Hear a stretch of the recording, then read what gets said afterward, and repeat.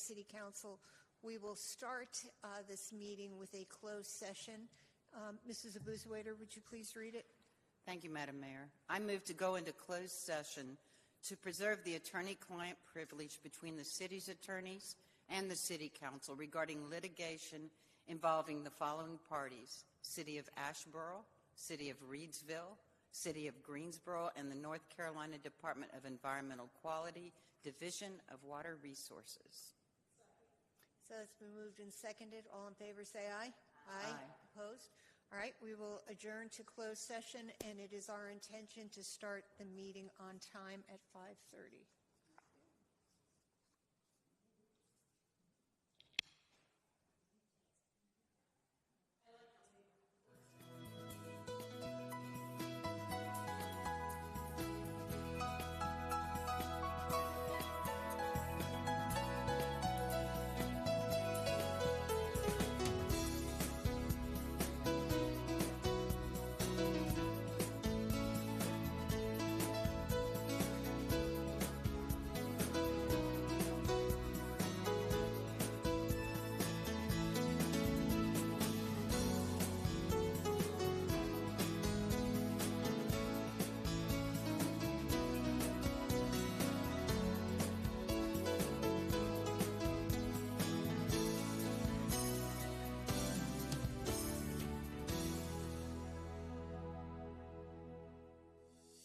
This model will give you a little idea of what the biodome might be like to experience. You'll enter on this side in a cave, and there'll be a 3D surprise waiting for you, and then a football field of biodiversity. Plants, animals, up-close experiences await you under 5 stories of jungle canopy. And then on this side, which you can't see yet, is the Aquatic Rehabilitation and Conservation Center, a large behind-the-scenes center where you can get up close and learn about how and why we take care of these plants and animals. Welcome to the jungle. I thought you'd never get here.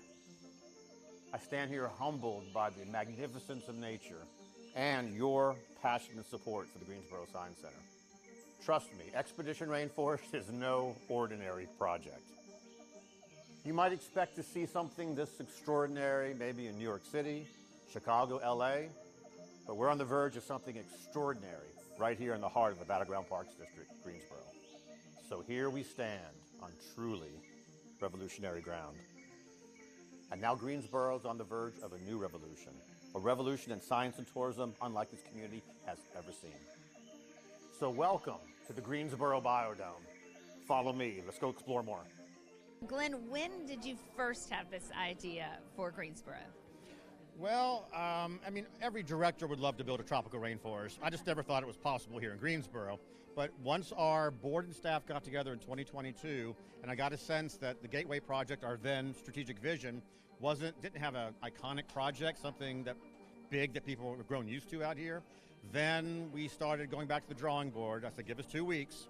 And we went back, and took elements from that plan and kind of just smashed them all together into one complex, and came back and immediately we said biodome, Expedition Rainforest, bingo. Like I said with the mayor earlier, she immediately caught her attention, it caught our board's attention, and boom, we have it. So it really emerged over a 2-week period. And when you say we, you're talking about you and the staff and community members? Mostly our innovation committee, so myself and the innovation team that we have here, we just like going into a room and no bad ideas, throw it all out there. And then we kind of sift through it and figure out what's going to work, what is manageable for a community of our size, and here we go. So when we look at this and we look at kind of some of the features and kind of, apart from the architectural part, the actual inside, how much of that was an outside consultant and how much was right here homegrown? I would say that it's 75% homegrown. Yeah. We brought in some specialists that help us figure out flow patterns, certain design elements, and architectural things that would work, but the dream is ours. Yeah. The vision is ours. We just needed experts to help us put it all together. And what is it like to have all those believers, as Chris called them, around you? It's a dream come true. I mean, I get all the credit out here, and it kind of drives me a little crazy because I need this team. We fuel off of each other, and I have ideas sometimes get thrown away. I don't have always the best ideas, that's for darn sure. So this team is just a coalescence of passion, science, and the desire to transform Greensboro. When people ask you what is the next big thing, and you're getting that question all the time and you keep Every day. delivering. So is it pressure or is that exciting and invigorating to hear that? It's exciting. I wouldn't call it pressure because we kind of do that anyway. Yeah. You know, science never stops. Imagine if it did. Imagine what people thought about science 1,000 years ago, even 50 years ago, and how far we've come. Imagine where we're going to be 50 years from now. So it never stops, and an organization like us should never stop because then you're going backwards. So that's just our mentality out here is how do people know what they want, and what they want is around the next bend. And so we're always living around the next bend. Well, and this takes us to 26, so I know you're already thinking past that too, right? Yes, we are. I mean, I have to live my life 5 years in advance. I really do. But that's a fun place to be because you get to be a kid and dream. The biodome should open in late 2026, but there is so much to see at the Greensboro Science Center right now. In fact, as the mayor says, if you haven't visited the Science Center lately, you haven't visited at all. So come by this Science Center. It is open every day of the week. You can find out more and plan your visit by going to greensboroscience.org. Litter has become an eyesore in Greensboro. Let's take pride in our city and do our part to keep our roads and streams litter-free. Keep the green clean.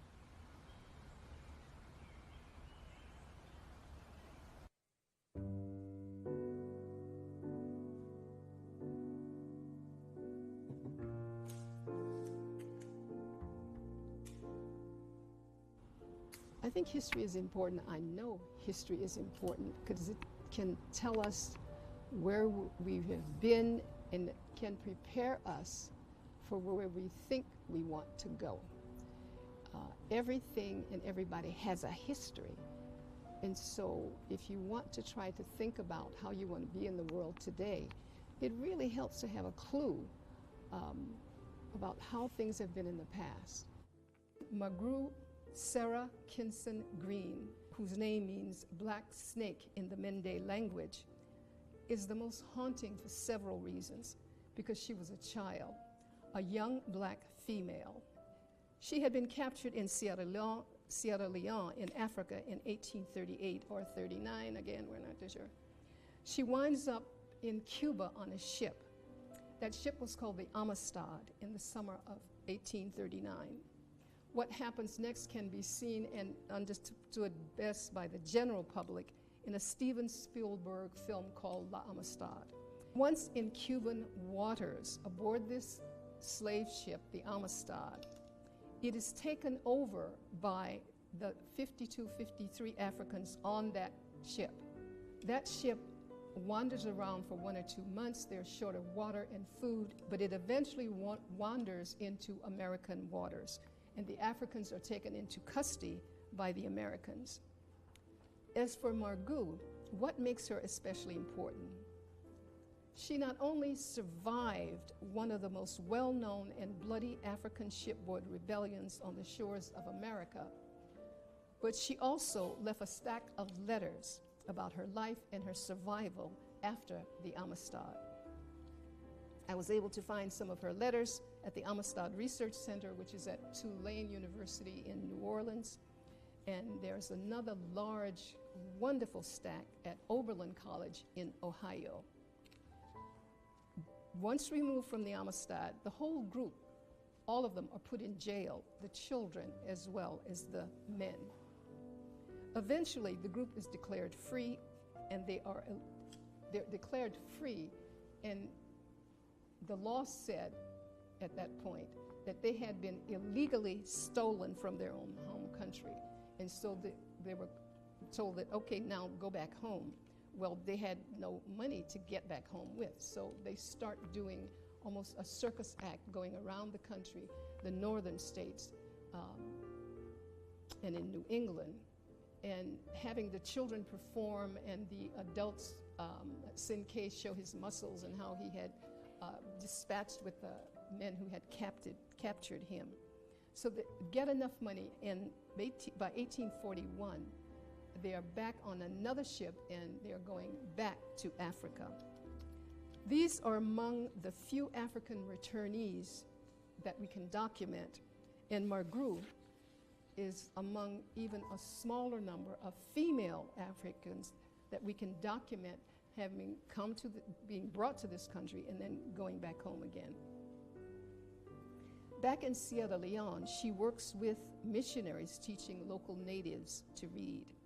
But by 1846, and we think she's about 13 or 14 years old, she's crossing the Atlantic Ocean for the third time, this time as a free person with a well-defined agenda. The plan, backed by missionaries and abolitionists, was that Margru was going to come to this country, attend Oberlin College, come back to Africa, and organize a school for girls. From her letters, we learn some of Margru's thoughts. I am now studying diligently, and she learned to speak English. I guess with children, it's much easier because she's speaking fluent English by this time. I am now studying diligently, but I'm rooming alone. This makes me think of home, and sometimes I feel so low-spirited I cry and I cry. Nevertheless, by 1848, she had mastered prep courses and moved on to the college-level courses, taking algebra, geometry, Roman history, and philosophy. Now, half of those courses I did not take, and I went to a really good school. Did not take those kind of courses. She became the perfect symbol known around the entire world by those trying to prove that Africans could be educated, in quotes. This young African girl becomes the darling of the movement to end slavery, but she plays her part well. I have excellent timing, and I was really fortunate enough to come of age during the 60s when there was all of this talk about changing not just in this country but around the world. And we were given permission, or we took permission, to begin to push against the boundaries that confined us. So it was okay when I was growing up, as I reached my adulthood, to ask serious questions about everything that existed.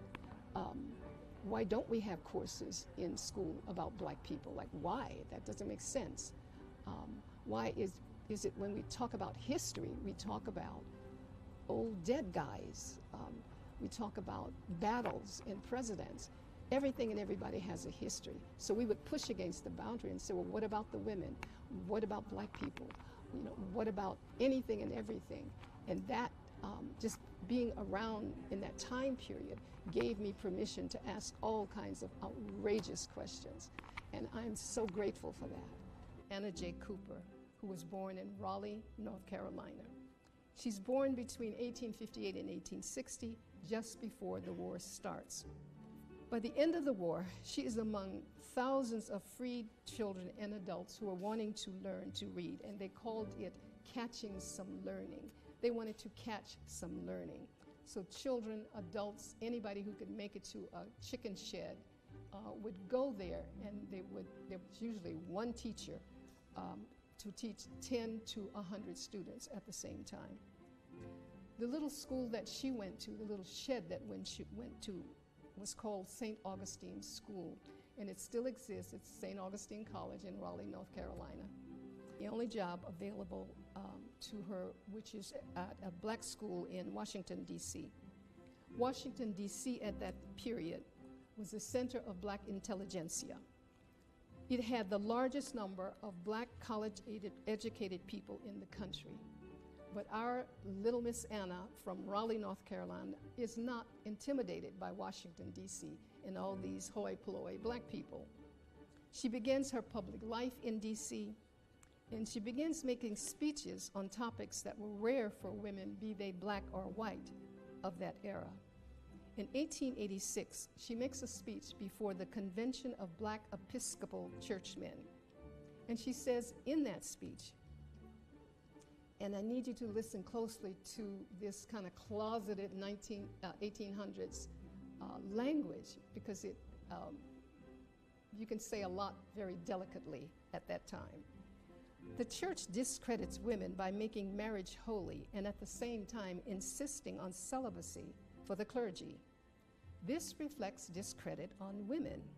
But this is not the worst, because the licentiousness of its chosen servants invades the household and establishes relations which the church itself forbids, end quote. Now, I'm going to read that again slowly, and I'm assuming the adults in this room have caught the lesson that she's trying to teach. Because, a couple of months ago, that same issue is being raised in this country around the question of the church, and licentiousness of its servants. She says, quote, yep, the church discredits women by making marriage holy and at the same time insisting on celibacy for the clergy. This reflects discredit on women, but this is not the worst, because the licentiousness of its chosen servants invades the household and establishes relations which the church itself forbids. I'm astounded by her.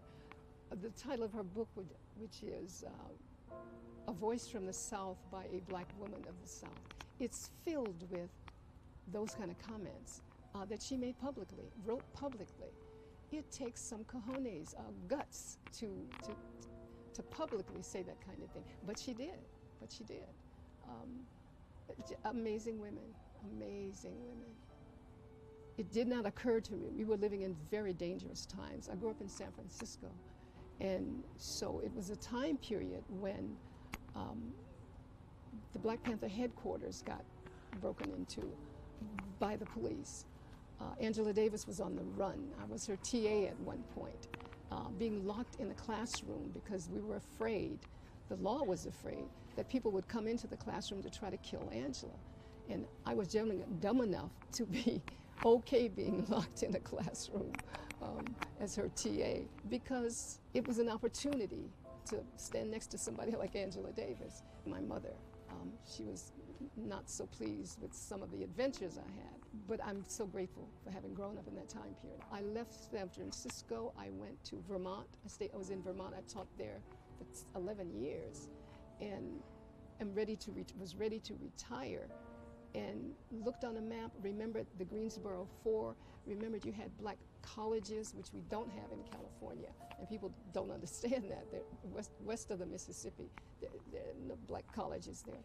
So all of the black colleges, the Greensboro, the museum, the Civil Rights Museum was just getting started, and I literally got on a plane from Vermont, went to several cities. I was Raleigh, I went to Wilmington, I went to Asheville, I believe, trying to find a place that fit. And when I hit Greensboro, I thought, this fits. I love big cities, I'm a big city person, but I also like the small town vibe. Like San Francisco is a well-known city, but it's a very small place. It's not very big at all. And I like that. I like that about growing up in San Francisco. And this reminded me of that. And I've grown to love it. I've been here 15 years now, and I've grown to love it even more. And sometimes I'm not quite sure why, but I love this place. I wanted to create a book, a history book, certifiably footnoted with all of the academic blah, blah, blah, but that people would read. And so I think I've done that. First of all, it's very small on purpose, but then when I talked to people in the academy, what I was hearing is that this is the kind of book we want to use as an adjunct piece for our students to read. They will have their main textbooks, but we sometimes want to add women into our curriculum. And so a light went off, and I knew I had to have a title that grabbed the academic world, and it's as evil or as simple as that. So the title bespeaks my difficulty with trying to walk this road of writing a book that people will want to read, but that also will be used by the eggheads, my discipline, my lifetime's work, who want something that will reach their students, but is also academically sound. And that title sort of, I think, grabs that that intention. It's cumbersome. It's a cumbersome title, but it says pretty much what I wanted it to say. I had a prohibition that almost cost me my job, except I had tenure. I forbade juniors and seniors, they all will have to do research papers. You cannot do a paper on Harriet Tubman or Sojourner Truth in my class. You cannot. And of course, some people chose to interpret that as, I didn't understand how important these. No, I understood, but I also knew there were all these thousands, millions of other women. And you have to go and search it. It wasn't going to come to you like Harriet Tubman and Sojourner Truth. But it means you have to stretch your brain and broaden your questions. You cannot be satisfied with what's presented to you on a plate. Absolutely not. Well, particularly for black women, starting with slavery, of course, enslavement, of course, the intent was to always keep them in their place, not just theoretically, but physically. I mean, they were there to work. They were not there to think beyond what they were told to think. And so what we've developed, fortunately or unfortunately, and I think it's correct, is that 99.9% of black people, let alone black women, got to travel, move beyond their local environment. And I kept running across black women who not only left their local environment, but branched out beyond the borders of the United States. And that is an extraordinary thing for women in the 1800s, be they black or white, it didn't matter. For women to leave their city, state, or country was an amazing thing. It was only available, well, primarily available to the daughters and wives and women folk of the mega rich. Other than that, 90% of women just were not allowed and could not move beyond a local area. And so when I kept running across these black women who dared not only to leave their local area, but to leave the United States of America on purpose, and especially during the era of slavery, that is an amazing thing. Those women are extraordinary women, and we know very little about them. We don't teach them primarily. We just don't teach them enough, if at all. Mary Church Terrell, Anna Cooper and Mary Church Terrell led parallel but very different lives. Their differences and their similarities cautions us against trying to squeeze black women's experiences, past or present, into one small box. Mary Church grew up in the black community, but she did so in a family that was headed by a man who was becoming a black Southern gentleman. With his expectations on how his family should live, he sent his daughter off to college at Oberlin. At Oberlin, she meets Anna from Raleigh, and they both graduate in 1884. They never became friends, but they ran in the same circles, and they knew each other very, very well. While Anna from Raleigh starts job hunting because she has to help support her mother, Mary from Tennessee is off to Europe with her father as a graduation gift. They stay there for 3 whole months, touring England, Belgium, Switzerland, and France. And then the father returns back to the United States, and the unimaginable happens. It was impossible for any woman, white, black, rich. This just did not happen. But she has talked her father into letting her live and study abroad by herself. They didn't know people there. They had no connections there whatsoever. And that year turned into almost 2 years. She embarks on what was a rarity for women of that age. She starts out writing anti-lynching articles for magazines, and she gets them published in both black and white publications, even when she labels Northerners as well as Southerners a hateful and lawless people. She joins and leads local and national black women's groups, and these are not tea and cookie women's groups. These are groups of women who collect food and clothing for the poor. They paid school fees for poor children. They supported a home for the aged. They paid tuitions for nurses in training at Howard University. They organized campaigns against lynching, and they visited men and women in jailhouses, and they harassed public officials. Now, in the 1890s, harassing a public official, if you were black, meant they would ask public officials to meet with them to discuss what was happening to their people. Sarah Parker Remond makes it even more difficult for us to kind of put all black women of that period into one box. Because she was born, Remond was born freeborn, and she was the third generation of her family that had been born free in Massachusetts. And that's very unusual. Her grandparents, her grandfather had fought in the American Revolution, 1776, 78. So these are all black women. It's so easy to say during that period, this is how black women lived. It is not. Even these four black women exhibit differences that we should take account of. The masses of black women, if we could get into a history of the masses of black women, because these four women are very exceptional in many cases, we would find so many different stories. And that's what I want to do. I want black women to have the freedom of their individuality, even as they embrace being a part of a larger group and loving being a part of a larger group, but embrace their individuality as well. I'm so glad that within the last 6 months, I keep running across these things called Black Joy, because I think we need to see that. Black women especially need to see television programs or read books or unashamedly talk about being joyful. The bad side of our lives, it's there and we know it and we suffer the consequences of it every day of our lives. But we have got to find a way to find joy. And it's almost sinful in the eyes of many people for black women to seek joy, just to be happy. That's not okay for much of the world if we do that. But if we don't do it, we're going to have more of what I'm seeing too much of today, and that is unhappy, unhealthy, sad, mean, unloved,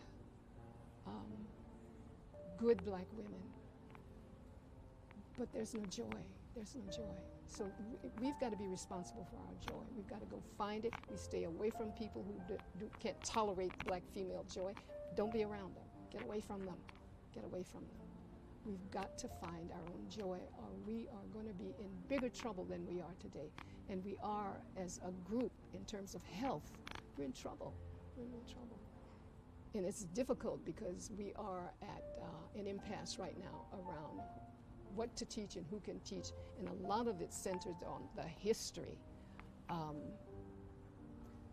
would be sure to tell them, one, to find something that you are curious about or that you love. I don't care if it's baseball, cutting the grass, making a dress, and sink your intellect. I know this sounds simplistic, but sink your curiosity into that subject, because that can propel you to seek more and more advanced knowledge about that thing, and hopefully that'll branch out.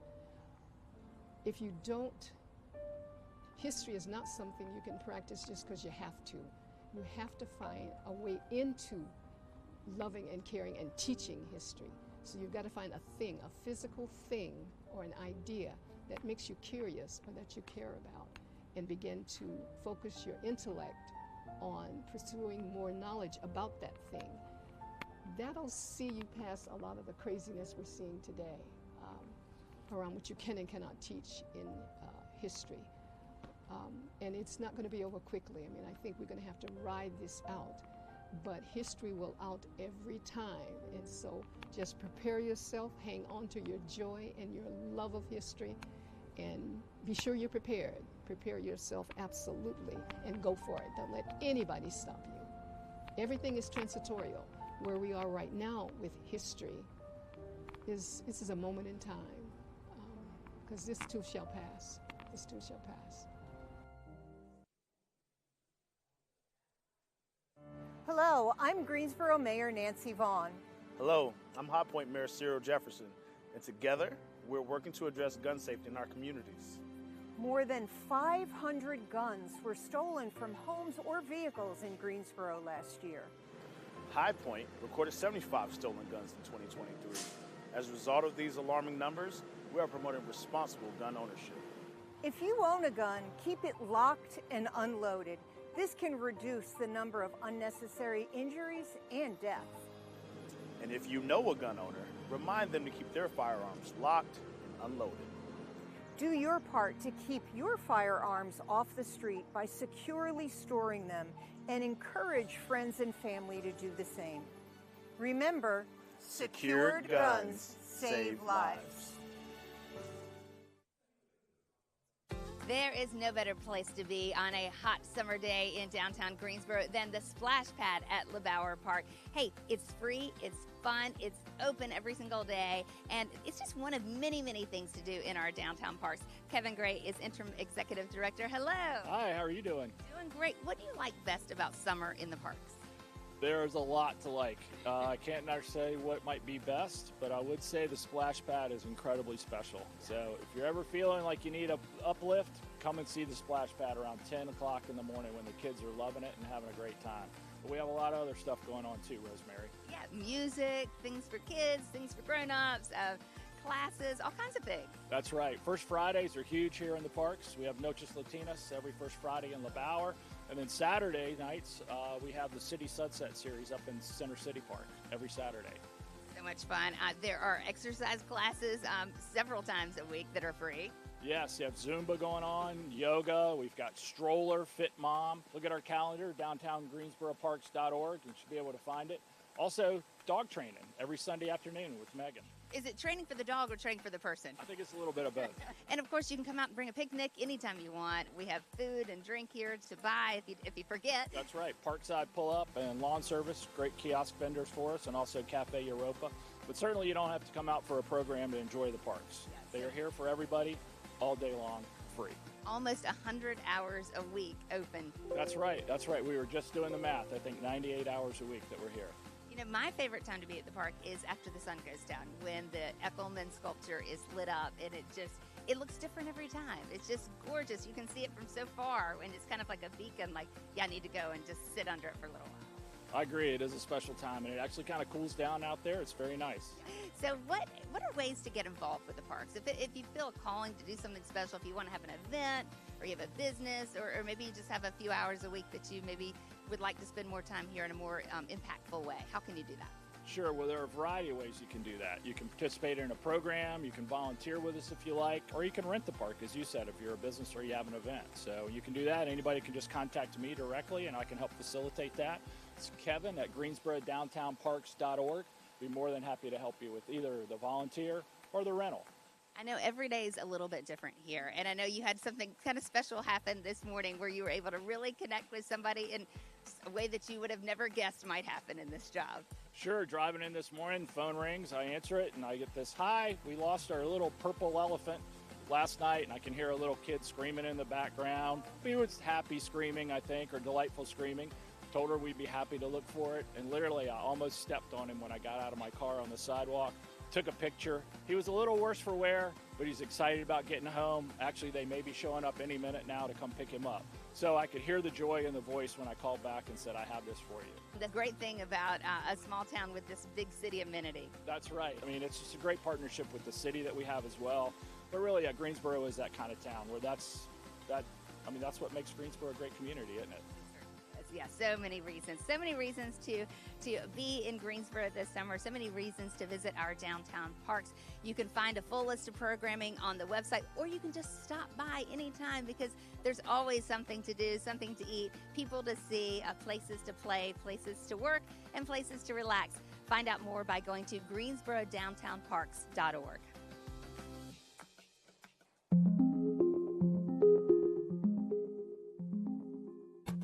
All aware of the importance of water and how it moves. From the highest points of land, it moves downstream, through streams and rivers, eventually making its way to the sea. Cities like ours collect and treat this resource so it can be used safely by all residents. But this water does not belong to us alone. Once it's been used, it's collected again, treated and released back into those same rivers and streams, which take it downstream to our neighbors and other towns and cities who depend on it just as much as we do. The City of Greensboro Water Resources collects and treats as much as 11.9 billion gallons per year. Take a moment to think about how you use water daily. When we take showers, we use soap, shampoo, and other products. When we wash dishes and our clothes, we use detergent. Most of what we use water for at home, aside from drinking and cooking, require that we add some product to it. Any personal care products, cosmetics, hair treatment, things that you wash off, all end up in the wastewater that is treated and sent to our neighbors, who use the water for the very same things. It's important that we consider the safety of our downstream neighbors as we use water in our city. By being aware of the types of products we are using, we can avoid the buildup of harmful byproducts. For example, 1,4-dioxane, which is a byproduct of a manufacturing process called ethoxylation, is found in many common household products. This organic chemical is one of many found in trace quantities in both ground and surface waters throughout the U.S. Uses and sources of 1,4-dioxane include industrial solvent stabilizer found in paint strippers, varnishes, soaps, makeup and personal care products, antifreeze, etc. It also exists as an unintended byproduct in manufacturing and recycling of certain plastic and polyester products. Because 1,4-dioxane is a byproduct of the manufacturing process, it's not listed on the label of household products. Read the label of any product that generates suds. Try to avoid chemicals ending in ETH, for example, sodium laureth sulfate, as well as products that have chemicals ending in oxanol and PEG. Often these chemicals are found in things like laundry detergents, shower gels, and personal care products that create suds. Paints, dyes, waxes, and grease can also contain these chemicals. You can look for unfragranced Castile soaps or wording like USDA organic and made safe as alternatives. For more information about these alternative products, you can visit the Environmental Protection Agency website at www.epa.gov/saferchoice/products. The City of Greensboro's Water Resources Department has been investigating sources of 1,4-dioxane within the city's sewer collection and wastewater treatment facilities since 2015. Considerable progress has been made, and the department continues to work proactively with local industries through the Industrial Pretreatment Program. Greensboro has a long and strong working relationship with NCDEQ and appreciates its guidance and assistance in our efforts. Through these partnerships, the city fully commits to developing a management strategy to further reduce the release of 1,4-dioxane into waterways that may potentially impact downstream communities who rely on the Hall River and Cape Fear River for their source water. For more information, please visit the City of Greensboro's Water Resources Department online at greensboro-nc.gov/water.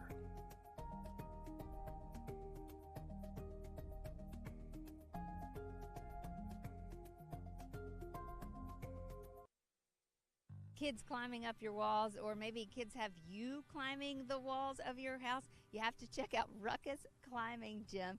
It's a brand new full-service workout center with a fitness room, classes, and of course, lots and lots of climbing.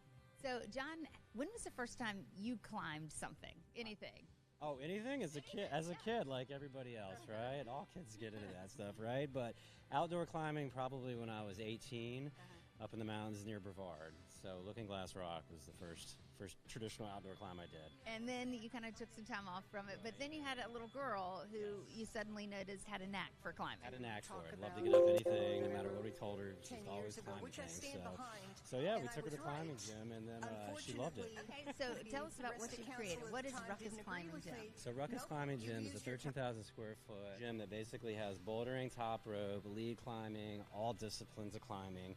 And we wanted to make a focus for climbers of any age, any level, any skill set. You can come in here and have never climbed in your life. We've got everything that you need, shoes, harnesses, ropes, and we've got some routes that you could climb up, and you could get up to 40 feet high. On your first day. On your very first day, which is pretty wild for a lot of people, right? So let's talk first about this wall right here. Let's walk over here. Tell us what kind of climbing is this? So this is considered ropes climbing, but it's an auto belay, so you can come in here by yourself and hook into a harness, and this particular device will actually retract with you as you climb, and so it's always nice and tight, and if you fall and drop off the route, it'll catch you and lower you to the ground very, very gently. The neat thing about auto belays is that traditional ropes climbing involves a belayer and a climber, so always two people, but you can show up. We have 9 auto belays, and you can come in by yourself and just go up and down whatever routes you want, and you don't have to worry about it if your friends can make it that day or not. So and if they're trustworthy, to do the belaying. Protecting your life, right? How high is this? These go up to 30 feet, and for insurance purposes, we try to cap it at that. These will go up to 40, but 30 feet's a pretty good climb there, and a lot of these are for beginner routes too on the other side. So. And what do you do when you get to the top? What you do is you basically grab on and just sit down in your harness, and it just lowers you nice and slow to the ground. And you say, I did it. So my daughter always does like the little crank, when she gets to the top of something. So Okay, let's keep walking around. Okay, so let's walk back here. This is a little taller back here. It is. So it gets up to basically 41 feet in this corner over here. Our walls top at 42. But this is essentially traditional top rope belay climbing. So this is where you have a partner. Right. They have a harness and a belay device. You're roped in as the climber, and they're keeping that rope nice and tight as you go up. And then whenever you want to come down, they just lower you down gently. And this is a social type event when you're doing, things with partners and stuff like that. This is essentially what you'd see outside, just without all the colors and all that. And let's talk about the colors a little bit. So is it black, red, gray, blue, green, yellow? What do those all mean? So basically, each route that we design, you would climb only on that color. Okay. And if you look at your tags at the bottom of each of these routes, you've got different grades, and so these will start at a 5.6 and go all the way up to 513.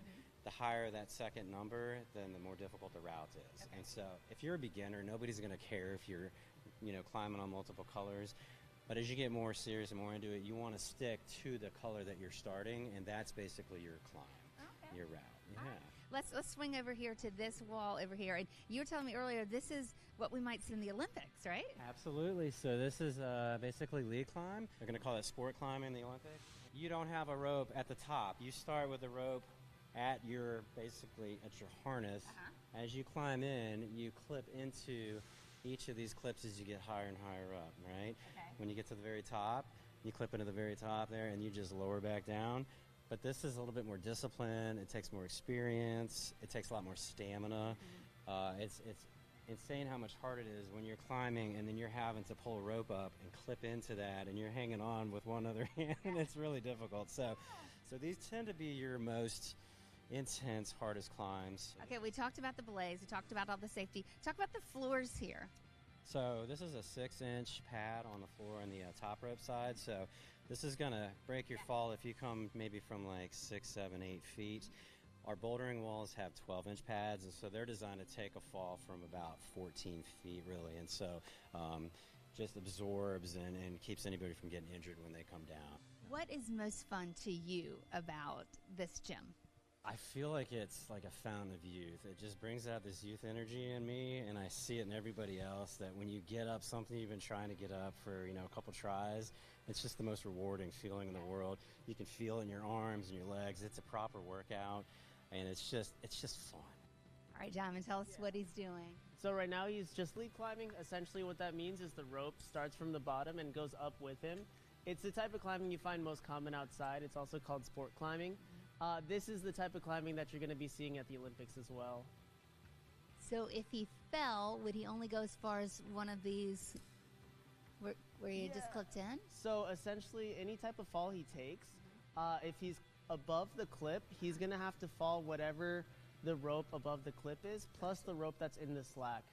That's why we have one person at the ground managing the slack for him. So that way while he's climbing, I'm taking rope and I'm giving it back to him as he's climbing up. Awesome, yep, do your thing.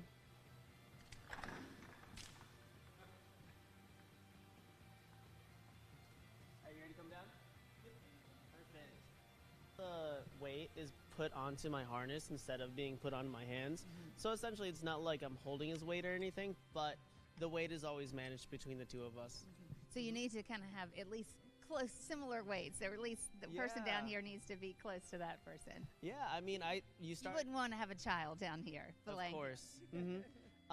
With that, there's different tools and stuff to be able to manage those weights and stuff. But for the most part, you want to be able to know your partner, know how much you're working with, like weight-wise, and be able to communicate with each other. I think that's the most important thing. It's the start of every good relationship. So, yeah. Well said. Yeah. Diamond, how did you get started climbing? I started climbing in college about 8 years ago now, and I was enamored. My biggest thing with climbing is the community that climbs. I love being able to come in and meet people at the climbing gym.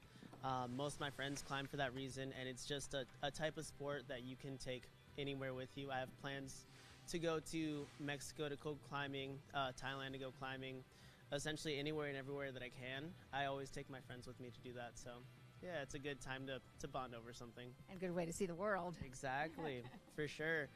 Not a lot of people get to see the world from 1,000, 1,500 feet up, on the side of a mountain, so. Upside down. Exactly. So this is the kids area / birthday party area / beginner wall. That's what I'm going to do. And it's just another part of the gym where you can have a whole lot of fun and practice your skills.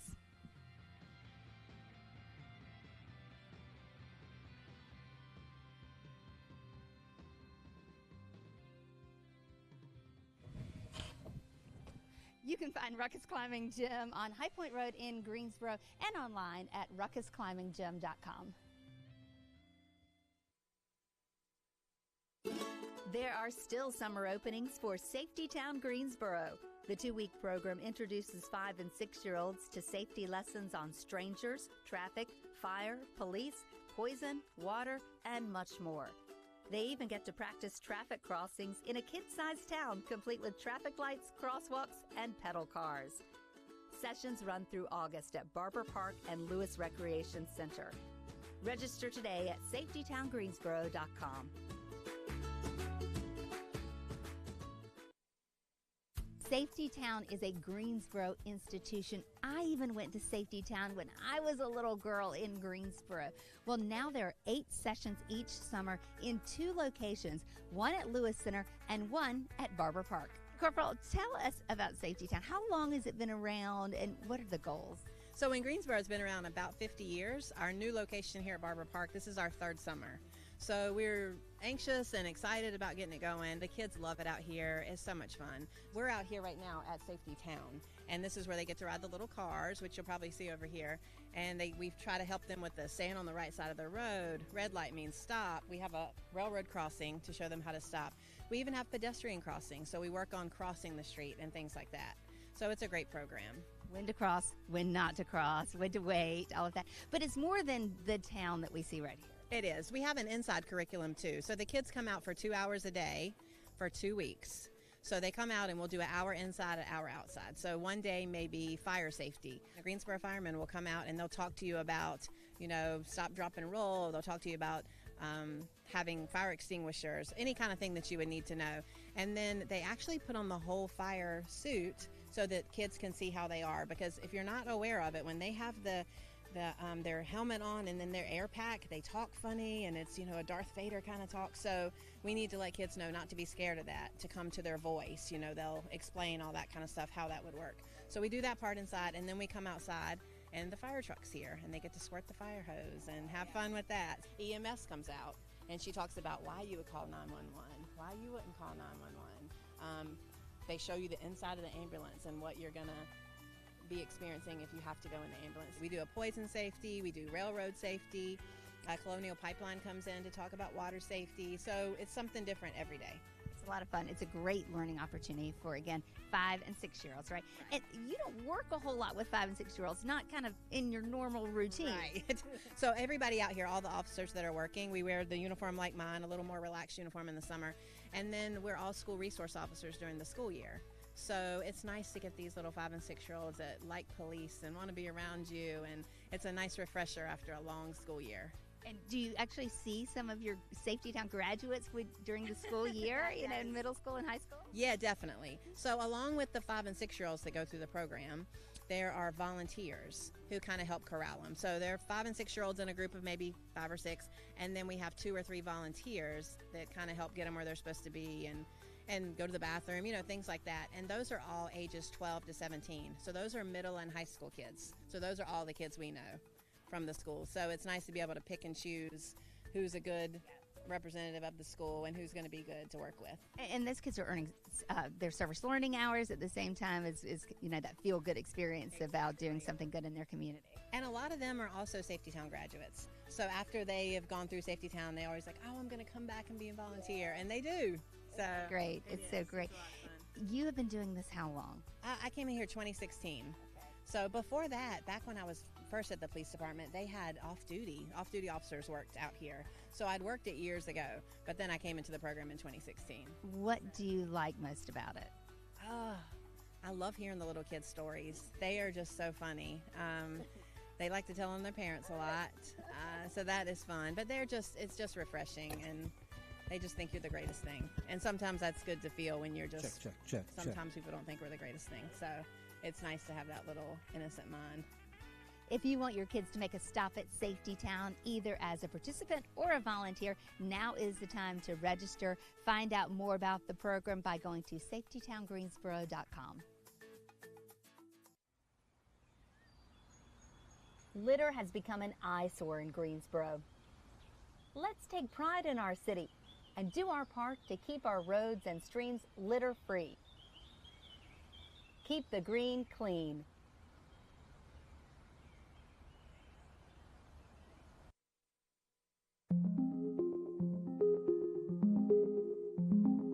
We are all aware of the importance of water and how it moves. From the highest points of land, it moves downstream, through streams and rivers, eventually making its way to the sea. Cities like ours collect and treat this resource so it can be used safely by all residents. But this water does not belong to us alone. Once it's been used, it's collected again, treated, and released back into those same rivers and streams, which take it downstream to our neighbors and other towns and cities who depend on it just as much as we do. The City of Greensboro Water Resources collects and treats as much as 11.9 billion gallons per year. As an industrial business, you can do the most to protect the water that we send downstream. National, state, and local laws are in place to help you.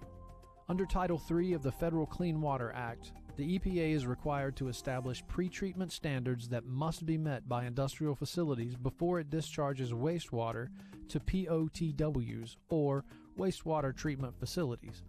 Pretreatment standards target pollutants that would interfere with a POTW's operation, would not be susceptible to treatment by a POTW, or would adversely affect POTW equipment and personnel. Pretreatment programs are established on both the national and local level. Restrictions have been placed on substances in 3 categories: prohibited discharges, national categorical pretreatment standards, and local pollutant limits. An individual industrial facility may be subject to one or all of these restrictions. It's important that we consider the safety of our downstream neighbors as we use water in our city. By being aware of the types of products we are using, we can avoid the buildup of harmful byproducts. For example, 1,4-dioxane, which is a byproduct of a manufacturing process called ethoxylation, is found in many common household products. This organic chemical is one of many found in trace quantities in both ground and surface waters throughout the U.S. Uses and sources of 1,4-dioxane include industrial solvent stabilizer found in paint strippers, varnishes, soaps, makeup and personal care products, antifreeze, etc. It also exists as an unintended byproduct in manufacturing and recycling of certain plastic and polyester products. Because 1,4-dioxane is a byproduct of the manufacturing process, it's not listed on the label of household products. Read the label of any product that generates suds.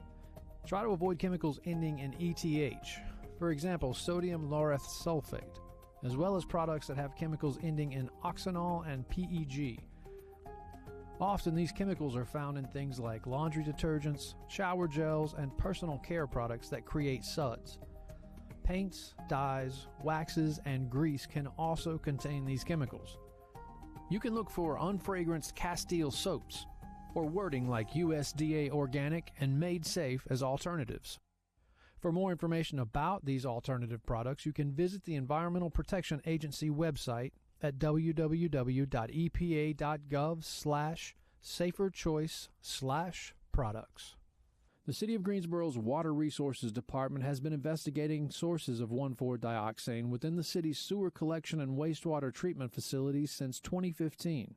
Considerable progress has been made, and the department continues to work proactively with local industries through the Industrial Pretreatment Program. Greensboro has a long and strong working relationship with NCDEQ and appreciates its guidance and assistance in our efforts. Through these partnerships, the city fully commits to developing a management strategy to further reduce the release of 1,4-dioxane into waterways that may potentially impact downstream communities who rely on the Hall River and Cape Fear River for their source water. For more information, please visit the City of Greensboro's Water Resources Department online at greensboro-nc.gov/water.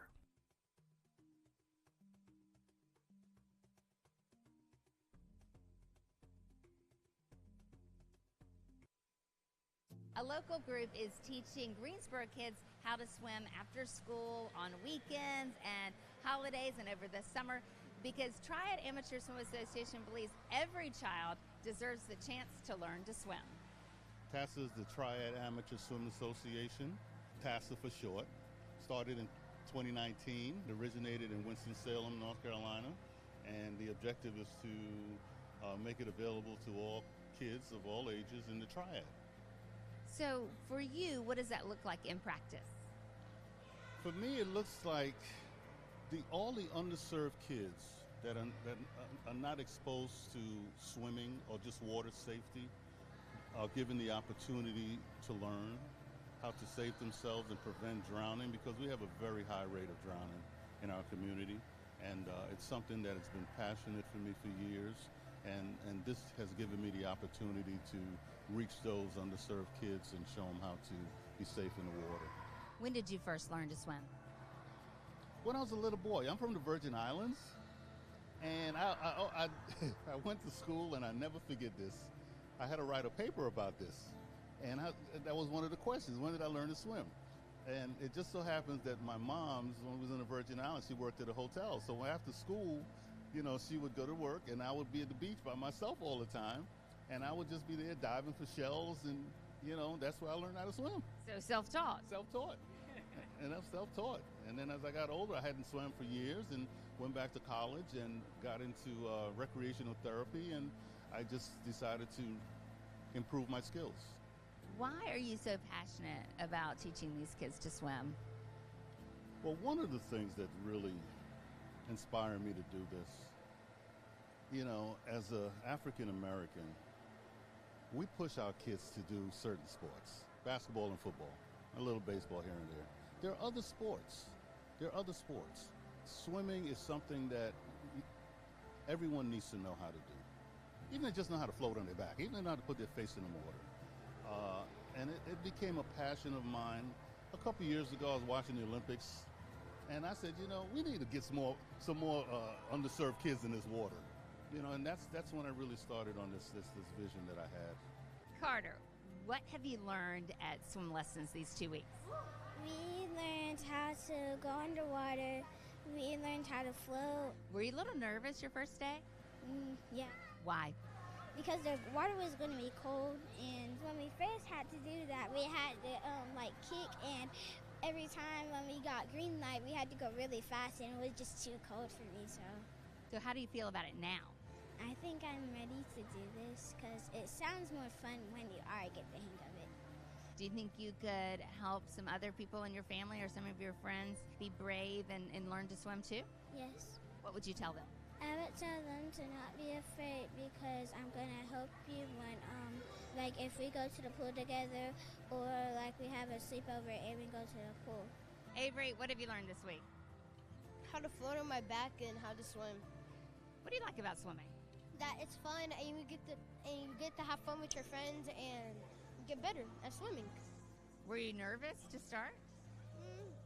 A little bit. So what do you think now? I think it's just fun and I'm not scared anymore. What would you tell other people who are maybe a little nervous about learning how to swim? That they'll always keep you safe, and they won't let you drown. What do you think about Mr. Allen? He's good. What does it look like to take a child who has had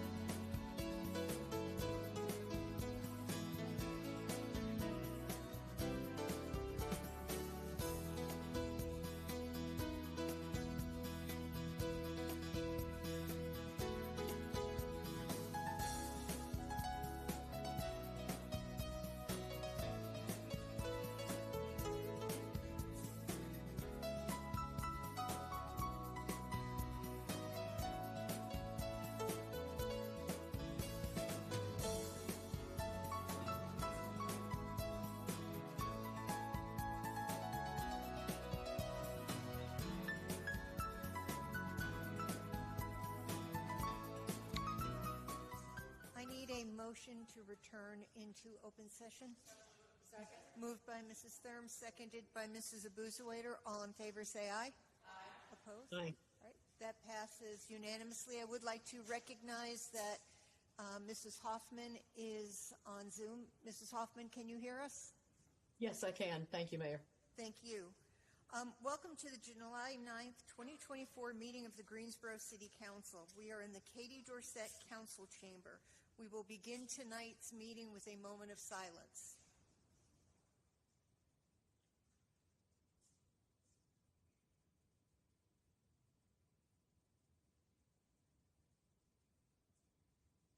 Thank you. Mrs. Johnson, would you lead us in the pledge?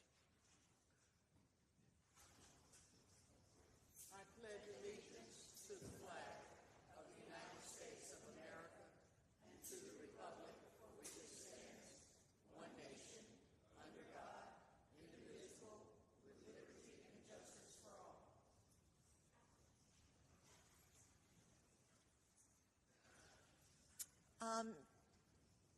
Mr. Davis, could you please recognize the youth courier? Yes, thank you, Mayor and Council. Good evening. Our courier this evening is Ms. Jada Gibson. She is a senior from North Carolina A&T State University. She's majoring in biology and currently interning in the city manager's office. She brings a passion for both scientific inquiry and community leadership. With career aspirations firmly rooted in serving others, she exemplifies a commitment to making a positive impact on the lives of those around her. Jada is also a devoted dog mom and is fluent in Spanish. Thank you, Jada. Thank you. The City of Greensboro encourages resident input. Public participation is of the utmost importance to the City Council.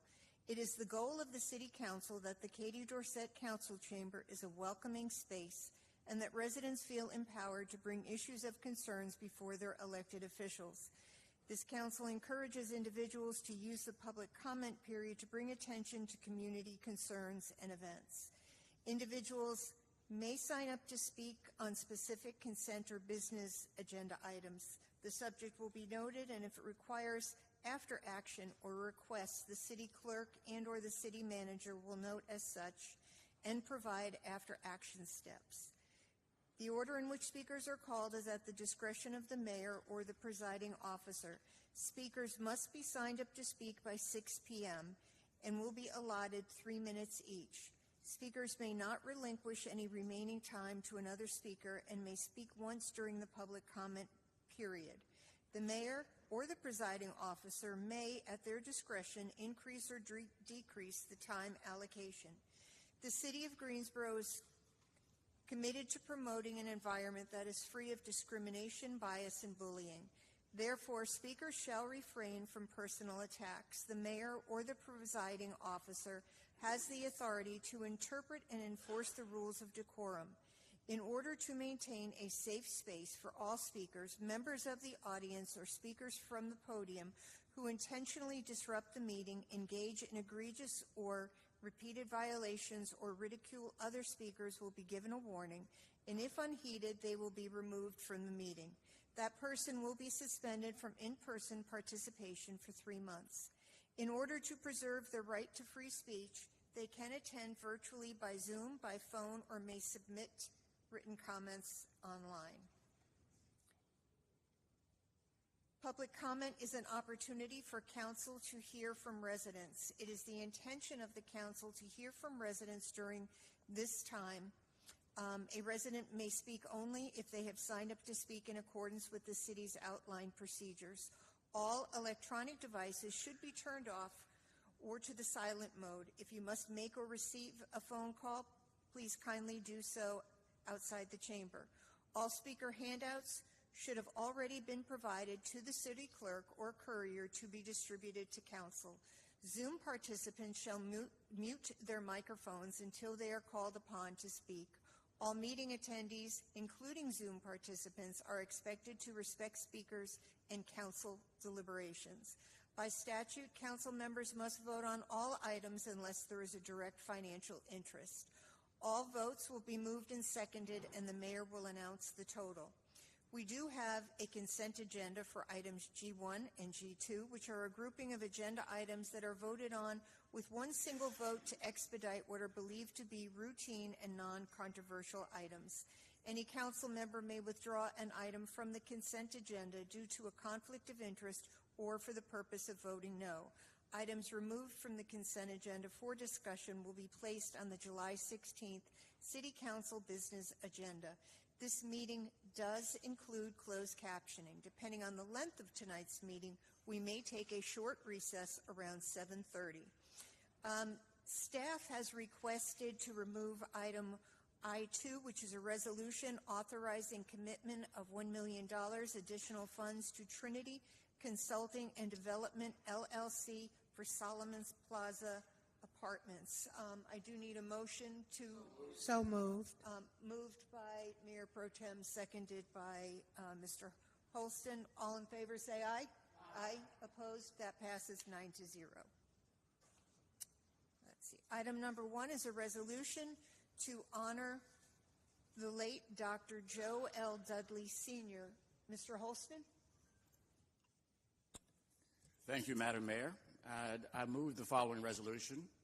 The resolution to honor the late Dr. Joe L. Dudley Sr. Whereas on February 8, 2024, the community lost an outstanding community member with the passing of the late Dr. Joe L. Dudley Sr. Whereas Dr. Dudley Sr. was born in Aurora, North Carolina on May 9, 1937, and graduated from North Carolina Agricultural and Technical State University with a Bachelor's of Science degree in Business Administration. Whereas in 1957, Dr. Dudley invested $10 in a Fuller product sales kit and began selling door-to-door hair products, and later met and married his wife that also worked for the company. Whereas the Dudleys settled in Greensboro, opened a hair care product line underneath the Dudley Products label, and unlike many hair and skincare providers, the Dudleys sold products directly to salons rather than retailers. Whereas in 1976, Dr. Dudley moved to Chicago, Illinois to take over Fuller Products, eventually consolidated the Fuller Products Company with his operations, therefore keeping the Dudley Products brand name, and in 1984, Dr. Dudley moved the company back to Greensboro. Whereas the Dudley Products had an annual revenue of over $30 million, had over 400 hair and skincare products, and operated Dudley Cosmetology University with locations in North Carolina and abroad. Whereas Dr. Dudley received numerous awards, including President George Bush's 467th Point of Light Award for the Dudley Fellows and Ladies Program, the Direct Selling Association, DSA, Vision for Tomorrow Award, the Maya Angelou Tribute to Achievement Award, Inc., Magazine's North Carolina Master Entrepreneur Award, and the 2005 Trumpet Award. Whereas Dr. Dudley was inducted into the National Black College Alumni Hall of Fame, Business and Industry, the Horatio Alger Association for Distinguished Americans, and inducted into the DSA Hall of Fame. And now therefore be it resolved by the City Council of the City of Greensboro that the City Council wishes to express its sincere gratitude and offer its condolences to the family and friends of Dr. Joe L. Dudley Sr. The legacy he leaves will be remembered by the residents of Greensboro and the world. That a copy of this resolution shall be delivered to the family of the late Dr. Joe L. Dudley Sr. as a symbol of the gratitude of the City of Greensboro for his contributions and to the world. Second. Okay, that was moved by Mr. Holston, seconded by Mayor Pro Tem.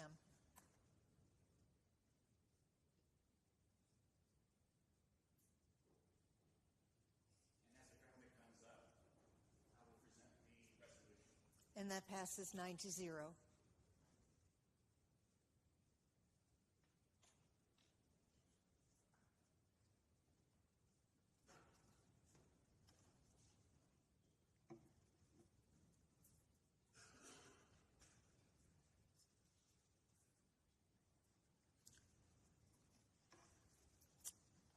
On behalf of the entire Dudley family, and that is the family as well as the Dudley Products family and Dudley Beauty Corp family, we want to tell you thank you. This means so much to us. My father spent so many years helping other people. That was his dream, and he spent his life doing that. And he and my mother built such a great company and great legacy, and I am so blessed to be able to continue that legacy. We tell you thank you so much for recognizing him. I know that he's smiling, and the words that he always leaves with us is, I am, I can, and I will. My brother's going to say a few words. Thank you. Indeed, Greensboro has been a great home for the Dudley family. My father had several choices when he left Brooklyn, New York in 1967. He was looking to go to Alabama, but decided to come back home here to Greensboro, North Carolina.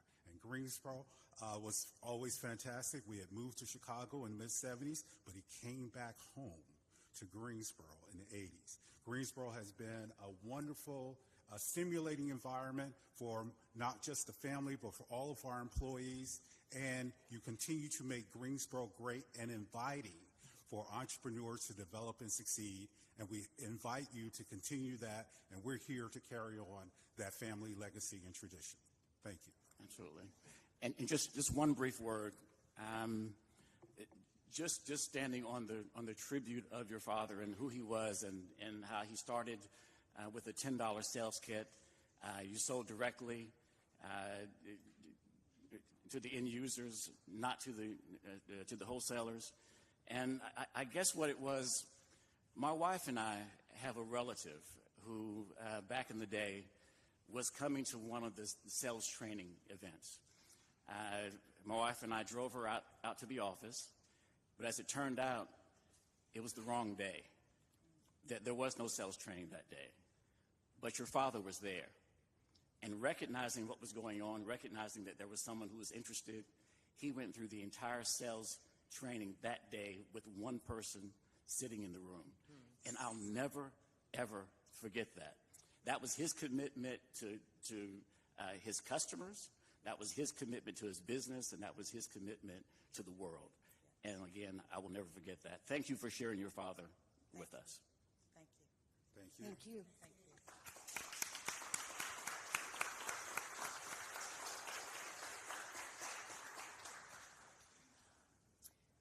is the time for speakers from the floor on non-agenda items. This is an opportunity to hear from anyone wishing to speak. Generally, this is a time of listening for counsel. The subject will be noted, and if requires action or a request, the city clerk or city manager will note such and provide steps for any required response or after action. Please leave your contact details with the city clerk. And if you signed up earlier to speak but have not checked in at the desk, if you would kindly do so. Our first three speakers are Crystal Black, Donald Black, and Frank McCain. I just learned y'all have a button for the short folks. Y'all didn't tell me about that. Good evening, Madam Mayor and council members. I am here tonight in a different capacity. Normally, move it up. Normally, I'm complaining, but today I wanted to bring you something positive that you all have participated in, and I want you to see it. You'll catch the slides that are going. We had a program that the city manager's office supported. I worked with Trey Davis and Nasha and April on trying to implement this program, STEM in My City. In 2018, Councilmember Hightower and Mayor Pro Tem Yvonne Johnson helped me to kind of kick this program off. COVID hit, kind of put it at a standstill, and we had to reinvent what it would look like with all the new provisions from COVID. So with that, we developed this idea this year where students would be encompassed in the city departments learning about the various ways of STEM in each department. When I say your departments showed up and showed out, they showed up and showed out. And I hope that the boards outside, I hope you take time to look at those. I hope that I'll send you this PowerPoint presentation. But the connections that we made to fifth grade curriculum were outstanding. The connections that we made to kids in general were outstanding, and the connections that the departments made with kids. That type of collaboration, you know, I believe in the village teamwork, and I'm always bringing you all in to show our kids that you can't make it alone, that it takes some collaborative efforts. It takes your city. It takes other people to be a part of these. And I wanted them to see that, you know, field ops is more than just coming by your house and getting your trash, that the police department is more than just enforcement, that there are people who are scientists and engineers behind these positions, and I wanted them to have that depth. So I come to thank you for allowing the departments to be involved with that. I wanted to formally thank Assistant City Manager Davis, Trey Davis, who I probably got on his nerves.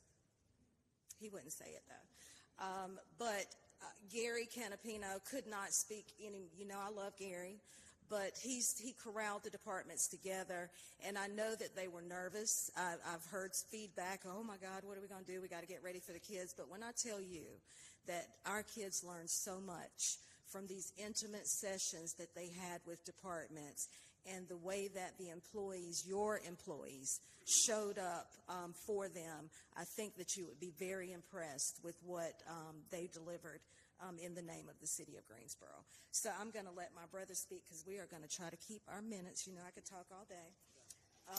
But I'm going to put on the overhead, and I'm also going to share with you the names of each department member that participated in this program.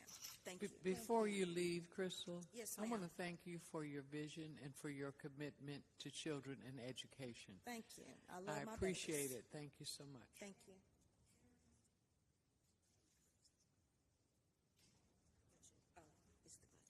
He's taller than I am. This is my, Yeah, he does. Good evening, Madam Mayor, Council. Happy to be here tonight to share some of the experiences. I had the opportunity to work alongside my sister with the STEM in My City camp. STEM in My City provides young minds with an opportunity to see the why, or the science, if you will, behind why our world functions the way that it does. For instance, how many of you woke up this morning wondering where your fresh water comes from, or the water that you cook with? So STEM in my city gives them an opportunity to see there are things behind the scenes that go on to make our lives more convenient. Lake Higgins was one of my favorite trips that we took this summer, where I simply asked the students, how many of you would jump in the lake? Of course, we had some renegades that said, yes, I would. I asked them, how many of you would drink out of the lake? And as you know, Lake Higgins is one of our water resources for the city of Greensboro. So, of course, they were, yuck, no, that's disgusting. Why would we do that? It'll make us sick. I said, what if I told you that this is the same water that feeds your houses where you take your shower and brush your teeth? They were like, no way, Mr. Black, I'm not going for that. So let's gather some of these samples, take them back to our lab, and let's see exactly why it's not okay to drink the water as is.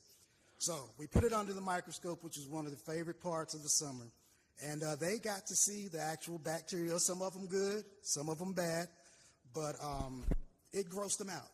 It grossed them out. So that, in connection with the Greensboro Water Resource Plant, they got to see on a large scale how this water does come from this lake, of one of the lakes that it comes from, and it is filtered. We even built our own filtration systems. Each child got to use different materials to build their own personal filtration system, to give them that personal experience of this is what goes on so that we have clean water in our houses. All of our field trips connected directly to the STEM activities that we were participating in at the school. They also connected directly to the NC Science Standard Core of study. So it was important for us to not only have them see and experience these things that more than likely they wouldn't see. When would a kid see a water filtration specialist or a television podcast professional?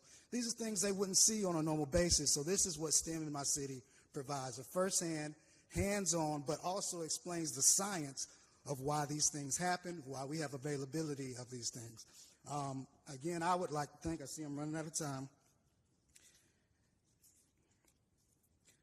everyone who played a role in this wonderful experience. And like she said, the departments, they went above and beyond. It was obvious that they put a lot of time and preparation to prepare and dedicate for our students to join. Again, if you haven't seen our boards, they're out here in the lobby. Please be sure. It displays a lot of the things that we did, events and activities that the kids participated in this summer. All right, and thank you for your time. Thank you.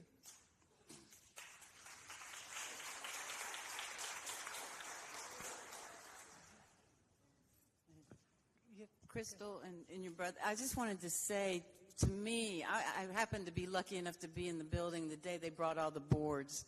So that was first eye-opening. And, we were here a couple of times when the kids came over. But, this kind of program, to me, is something that should be replicated, duplicated, triplicated all over Guilford County and all over the nation. So I commend you for looking into this, and of course commend the city staff and the departments, because I truly believe they are thrilled when people try to learn a little bit more about what they do, because so many times you don't hear all that. So thank you all so much. And thanks to the students too, because I know the day they were here, a few of us were here, and they were just so interested in what we do. I mean, it was really heartwarming to see these young minds just rolling along on wanting to ask questions and what they could do. So thank you. Thank you to your staff. Thank you. For continuing this program. It's going to grow more and more and more and more. It's exciting, and hopefully next year they'll be able to visit the STEM plant that we have here in the city, so learning more. So thank you for continuing this effort. Thank you very much. It's very good. Thank you both. Our next speaker is Frank McCain, followed by Andy Zimmerman, followed by Philip Marsh, followed by Lynch Hunt.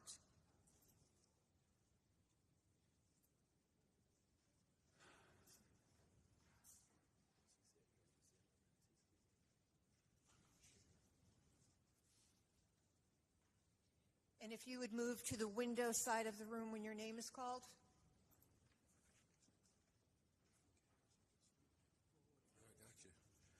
All right, so good evening. I am Frank McCain, and I have the privilege and the pleasure of serving as the President and CEO of Your United Way of Greater Greensboro. It is a pleasure to be here.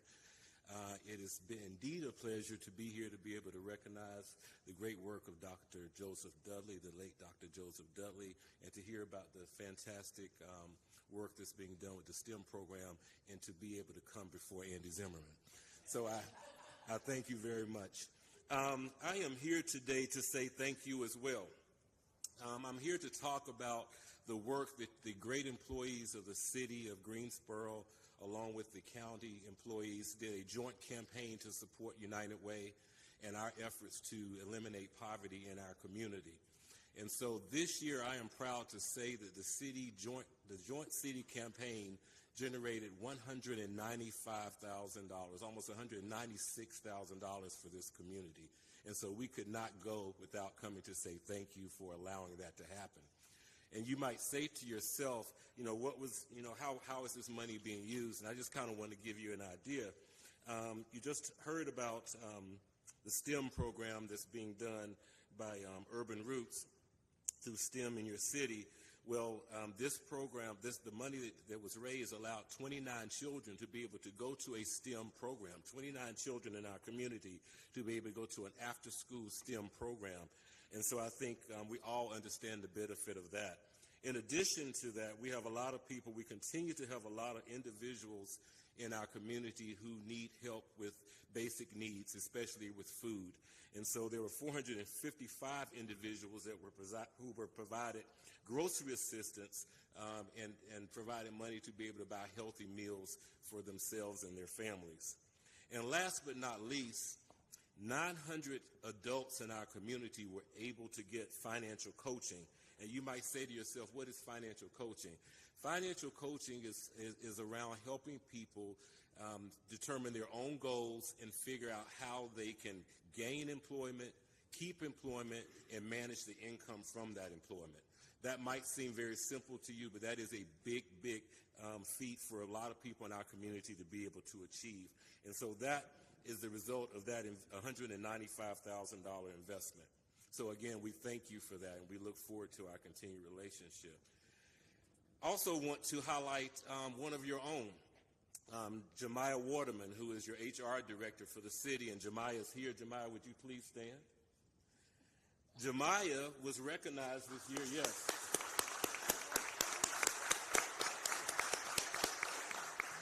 Jemiah was recognized for the United Way Spirit of North Carolina Community Ambassador Award. And that is an award that is given to individuals who make significant contributions to the city in which they live and to the state of North Carolina. Jemiah was the chair of the joint. Is that my signal? Yeah, that is your. Okay. All right. I'm going to hurry up. I'm sorry about that. So what did Jemiah do? Okay. So Jemiah chaired the joint campaign for the city and the county.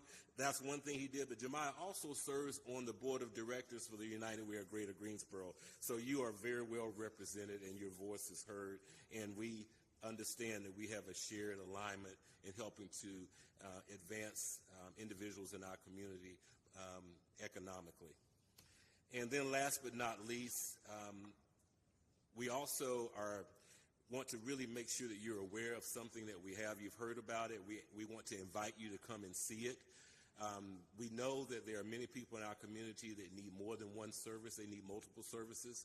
And so we have implemented 10 years ago, next year, we've implemented an integrated service delivery strategy, which we invite individuals to come into a place-based location and receive multiple services. And they receive a coach who helps them navigate this very difficult task. And as a result of that, people have gotten gainful employment, careers with local employers through partnerships that we formed. They've advanced in those careers and now are on the path to self-sufficiency and definitely out of poverty. So it is working. We just got a grant from the Department of Labor to help us put this on steroids, so to speak, by implementing the Guilford Success Network, which utilizes the same strategy of wraparound services. That's something that if it's successful in this community, like the Family Success Center has been a model that now is a national brand, they too want to take this, what we've done here in our community, and implement it around the country. So Greensboro is on the map, and we're on the map because of partnerships like this. And so again, I wanted to come and say thank you, recognize Jemiah, and tell you that we look forward to a continued engagement. Thank you. Thank you. Frank, thank you so much for bringing this forward, and we hope that you'll come back to council again and bring us another update. And he needs to be down as a presentation item so we can give you the time you need to explain all the great things that the We'll be glad to United Way is doing. And I think you coming here today is, the timing is great because we're going to talk about homelessness and poverty. And, the way that the United Way of Greater Greensboro has really pitched in is great. So thank you so much. We are your partners, and we have a shared vision for our community. Thank you very much. And Jemiah, congratulations. Yeah.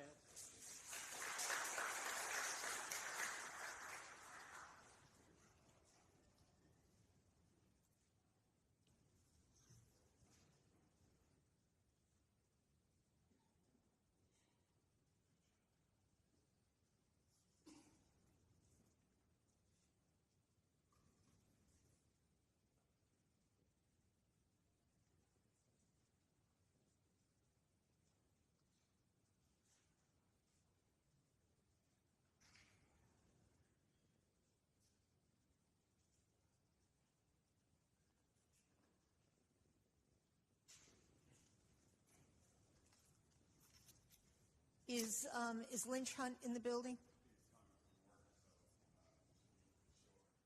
Okay, so Andy Zimmerman, Philip Marsh, followed by Kim Grimsley.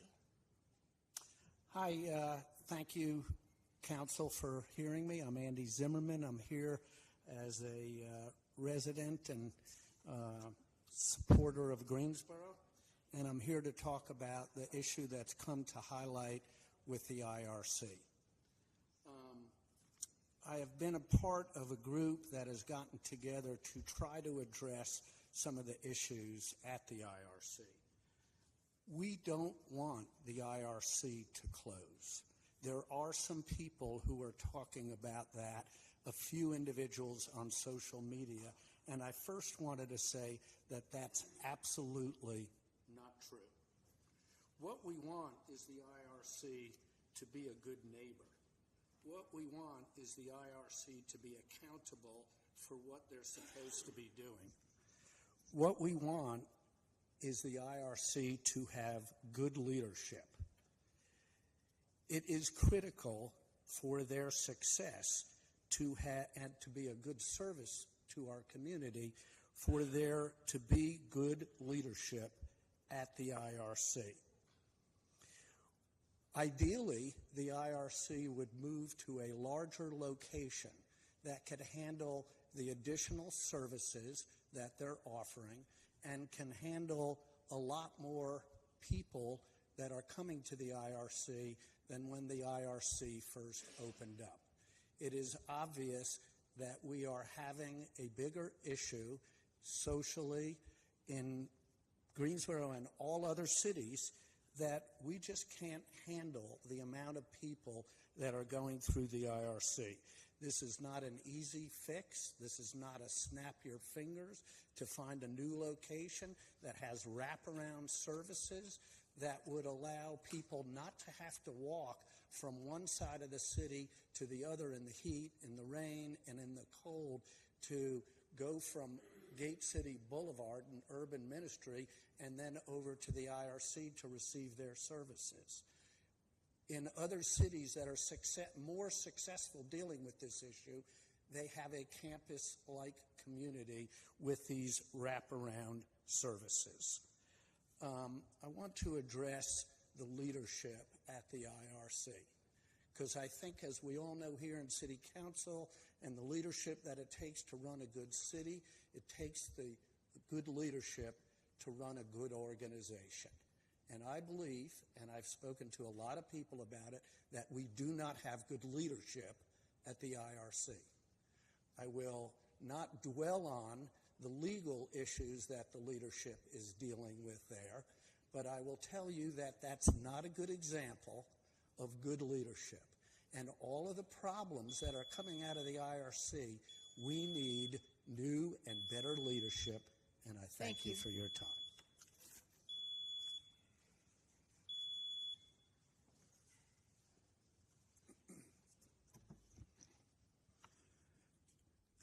Good afternoon, everyone. I think Andy eloquently stated probably better than I can sometimes the frustration we felt on Washington Street after 8 years.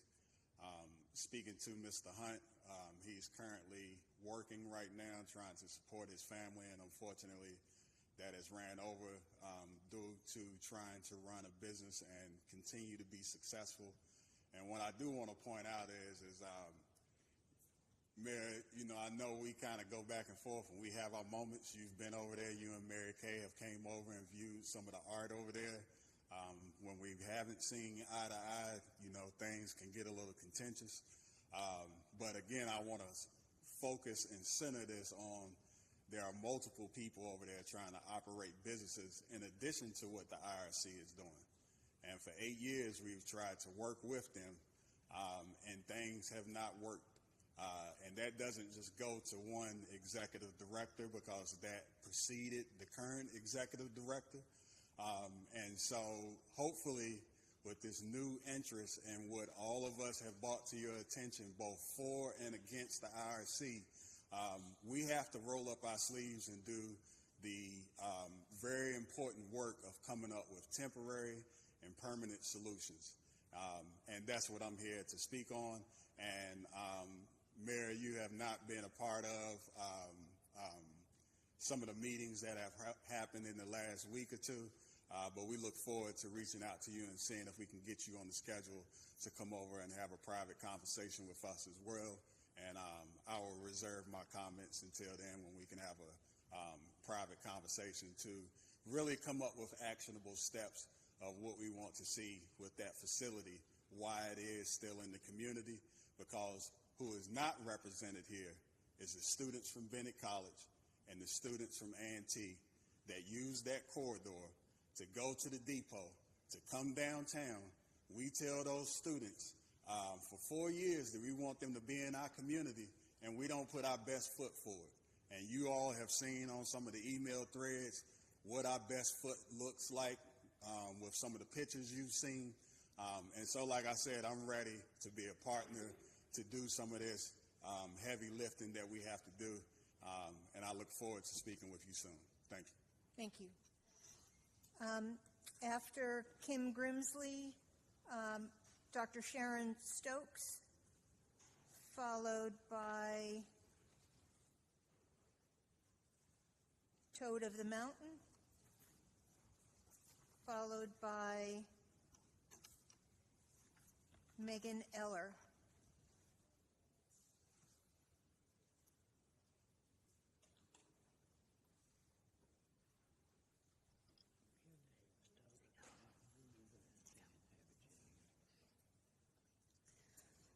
Good evening, everyone. My name is Kim Grimsley Ritchie, and my husband owns the property at 500 East Washington Street, and he's owned it since 2003. I'm a licensed textile designer. I've owned my own business here in Greensboro for 13 years, and I've been doing this for about 33 years. The reason we're here today is to bring the community together to make a change that probably needed to happen sooner versus later. I have a lot to say, so I'm going to start off by talking a little bit about some of the things that I've been doing more recently with some of the people that are a part of the IRC. In particular, a person I'm going to refer to as Pat. None of the names are accurate because I don't want to put people's real names into this thing. So I've been helping her get disability. I've probably spent about 15, 20 hours on the phone with Social Security, DDS, her claims, Cone Medical, the internal medicine, the behavioral center, and recently, as of today, worked with, for the first time, a counselor over at the IRC. Pat was unable to get the services that she needed through the IRC because there has been a lack of counselors available. I've also helped her out with her Medicaid and dental appointments. She went to the first dentist appointment she's ever had, and I've also helped them provide some type of funding through a GoFundMe so that they would have their first month's rent paid at the Oaks so they could start saving and get a monthly rate versus paying double the amount. There's so many problems, which you guys all know of, but given the time, I'm just going to say a little bit about Pat.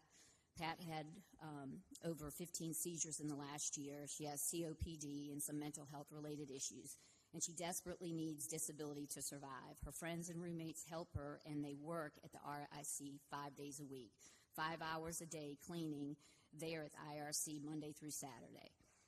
These three are a success story and deserve the benefits of a resource center, and they are not receiving the help they should get. They live day to day at the Oaks Motel, and Jim takes care of Pat and Irene and protects them from the environment at the IRC since it's gotten so dangerous. Our property is across the street, and I see this every day. I've been there almost every day for the last 4 or 5 months, multiple times a day. I've witnessed drugs, violence, stabbings. I was not there for the person being chased with a gun, fighting multiple times every day. Trash is terrible, but the last thing that this conversation about is the trash. I know at least 25 homeless by their name and their information. They're all suffering, and the people that are not getting the help they need due to the daily chaos. As of today, I've provided...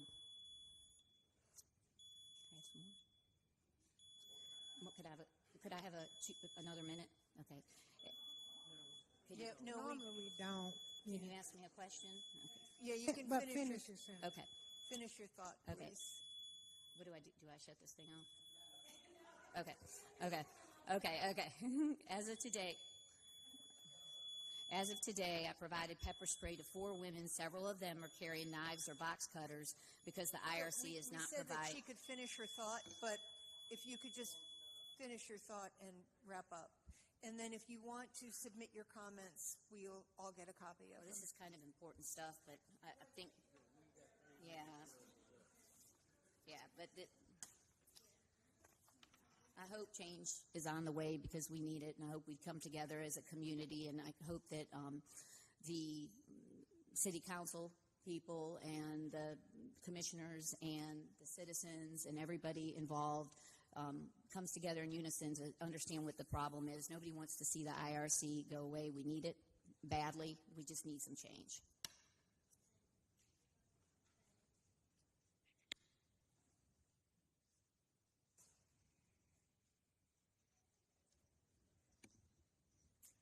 Good evening, everyone. First, I'd just like to thank the City Council for all that you do and your time and commitment to our city. So I'm also here speaking concerning the IRC. I am next door to the IRC on Merle Boulevard, and I have been there for 31 years. And actually, longer than that. My father built that building in 1970, so it's like a home to me. It's my second home. So I'm just going to give some incidences that has occurred at our office, and it's incidences that you probably haven't seen on the email. So I'm just going to go over some of that stuff. I'm sorry, no, Sharon Longstokes. So recently, there were some bushes that's actually on the bank's property, and one of my employees said, Dr. Stokes, I think there's someone in the bushes, and I just really feel unsafe. So once we investigated, there was a hat there, a coat there, and so someone was actually there. So I talked to the bank about cutting down those bushes, and of course they have to go through numerous people to do that. So I helped them out and did it for them. So I cannot have my staff feeling unsafe. So now it's clear, you can clearly see everything when you drive up. And I also have pictures of someone going in the bushes and coming out. We also had an incident of a car being towed in my parking lot, and thank goodness we were there, and it was coming from the IRC. The tow truck said that she said that we could bring it over here. So we told him we could not, allow that. So she said, I know the pastor across the street. We're going to take it over there. And he took it over there, and it stayed for 2 weeks, and trash just accumulated around that car. Another incident, my son was walking outside our building. A lady was standing right there. He asked her to leave. She went to the bushes and pulled out a metal pole that she had hidden in our bushes and threatened him with it. Also said she had a gun and she was going to shoot him. And I witnessed all of that. And we got her off of the property. I had a patient to leave a couple of weeks ago with her 11-year-old daughter, and a man was sitting on the front of the steps. He would not move, so she pretty much had to jump off of the steps and go to her car. As she was traveling to her car, he got up, started following them to her car, and just saying things. She told her daughter to let's hurry up and get in the car and go. I didn't know about this until a week later for their next appointment. I said, I wish you would have said something to me, or if you would have come back in the office, we would have escorted you to the car.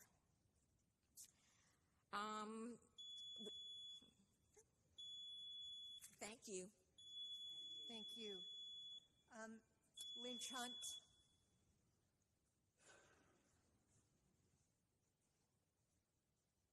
Hello, everyone. Great evening. I'm Lynch Hunt, the owner and founder of AWOL Fitness, which is directly across the street from the IRC. I've been there for 9+ years, and we made it through some very tough times, building a brand, name, and face recognition, to the point where we are the resident health and wellness experts on WFNY News 2. I recently had to move my weekly segments from my downtown location to my Pyramid Village location so that the camera crews and the people who work directly for WFNY doesn't have to encounter a lot of just the things that go along there, which is too extensive for me to start naming off. I just know that I get to work at 3 o'clock every morning. And when I get to work at 3 o'clock, there's always EMS, police officers, or fire department dispatch. You guys can probably pull the records and tell me, better than I can tell you on that. And that's every day. I get to work every day at 3 o'clock, and they're always dispatched. We have people who sleep under our obstacle courses and structures on our property. We have people who park their cars and sleep on the property. And I know just maybe sometimes a simple ride-through from, who's ever on duty that might, cause people to maybe start their car up and leave and, something like that. But there's a lot of things. Right now, my biggest concern is I don't even have no recycled trash cans. They take my trash cans. So I'm taking my trash from my downtown location to my Pyramid Village location to dump the trash. Now, I am also an outreach and interrupter for the city in partnership with the City of Greensboro, right?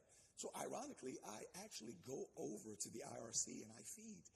I actually just gave out 200 hygiene kits in the middle of Center City Park 3 weeks ago. So these resources eventually are going to be taken to another place and space. I just became a resident health and wellness expert on the OWN network, the Oprah Winfrey network. So these resources they're here right now in Greensboro. But when someone comes with a better offer or better protection or just a better partnership, these resources will be taken out of this community and they will go elsewhere because my family is being in jeopardy. So, I'm able to deal with a lot of things because of my background and my skill set, but there are people who there's a demographic that frequents our actual location. And with me having a platform on the news and on these networks, people actually are coming now to bring their business or their skill, their money and resources to our business and our community, and they don't stay. They don't stay because of some of the things that they have to go through just to get there. So that's all I have for you this evening, but literally would like to feel better protected from, the city at large. And if that, can be of any help for anybody, thank you for your time. I just thank you for your time. Thank you. And could we check on the recycling container?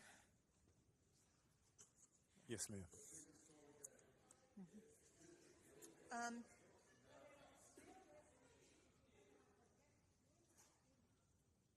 So we have Toad of the Mountain and Megan Eller.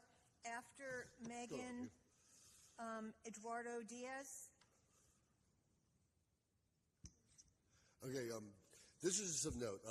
Lately, Patriot Front has been putting up stickers all over the city. Myself and other people have been taking them down, but Patriot Front is a neo-Nazi organization, mostly prolific on the West Coast. They just marched this past weekend in Memphis after months of blanketing that city with stickers, so I'm just drawing your attention to that. As far as the IRC, yes, that is the problem. We all know it's a problem. I've been telling you guys about this for months. Move it out to the airport, have transportation, fire pretty much everyone that's working there. There's a couple I would rehire, but make them go through the process again. Because honestly, the problem with the IRC all began about 12 years ago when Michelle Kennedy first took over as director of the IRC. That's where it began. She's had all you guys' permission and all your money to fix homelessness, and she hasn't. Period. She never will. She's made quite a career off of not fixing it. So just redo the IRC. Bring it back to what it was when Liz Winstead, when Liz Winstead was in control, where it had the wraparound services and the classrooms, the places so we could actually move forward. Number 3, I just want to draw your attention mostly to the way my community is treated by the general public. And it's mostly the privileged public.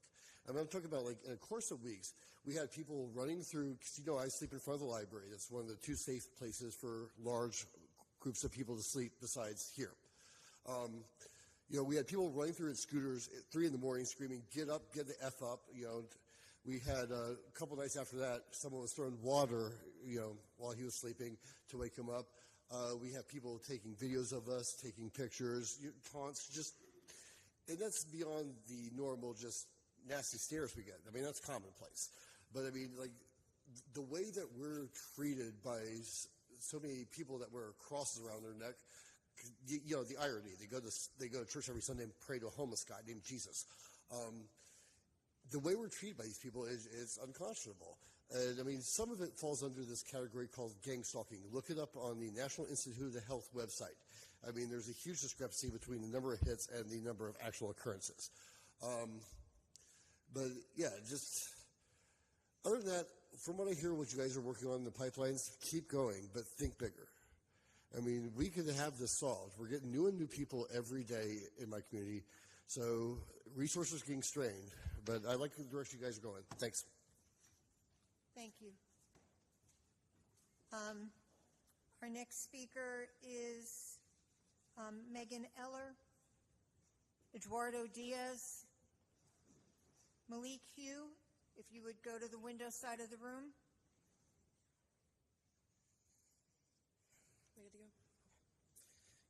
Good evening, citizens and council members of Greensboro. My name is Megan, and I'm affiliated with the Working Class Houseless Organizing Alliance. I'm here tonight on behalf of our most vulnerable community members, our houseless folks, specifically the members who engage in using the resources provided downtown by the Interactive Resource Center. They are people with loved ones, ambitions, and dreams who are facing a dire situation within our community that involves the issues myself and others are here to discuss. They are not a problem, a nuisance, or to be disposed of. They are our neighbors, entitled to respect, compassion, attention, and community just like anyone else. No one in this room who hasn't experienced homelessness for themselves can begin to imagine the toll that it takes on your mind and your body, the trials of that life on a day-to-day basis. We must center our empathy and have these important and honest conversations of this reality to even have an idea of what it means to face this kind of living, as it's the only way we can come together towards the solutions to this struggle. With that said, I would like to begin with a quote from Councilman Matheny to Fox 8 News regarding the IRC. Quote, "We are allowing the IRC to operate. They should be thankful, but they are not operating in conditions that are good. This was in response to the center increasing its operating hours to 24 hours on weekends this past January, as they have seen the population of houseless individuals double within just this year. The article goes on to claim calls to police, fire, and EMS have risen 200% at the location since this change, but the article doesn't go to break down like which calls have been substantiated by the police rather than just complaints, or for EMS calls that might just require a police presence. The IRC does offer medical services, however, they are currently only offer what staff is available on site during daytime. I believe we can all agree that Councilor Matheny has acknowledged there is indeed a houseless crisis facing the people of Greensboro, but I must insist that we should ask ourselves, does he understand the devastation that would follow this community if the IRC were to cease operations and move from its current location? As councilman and president of his own company, Downtown Greensboro Incorporated, he is more than capable of leading efforts towards legislation and resources that can help an organization like the IRC thrive while providing critical life-saving services. Or will he and others bend to the will of the moneyed interests, gentrify downtown, and push the homeless with the philosophy of out of sight, out of mind? I believe the IRC isn't a point of shame or failure for Greensboro. It should very much be one of pride, and we need to allocate staff and resources appropriately to help the displaced, disabled, elderly, and those struggling with addiction like I see.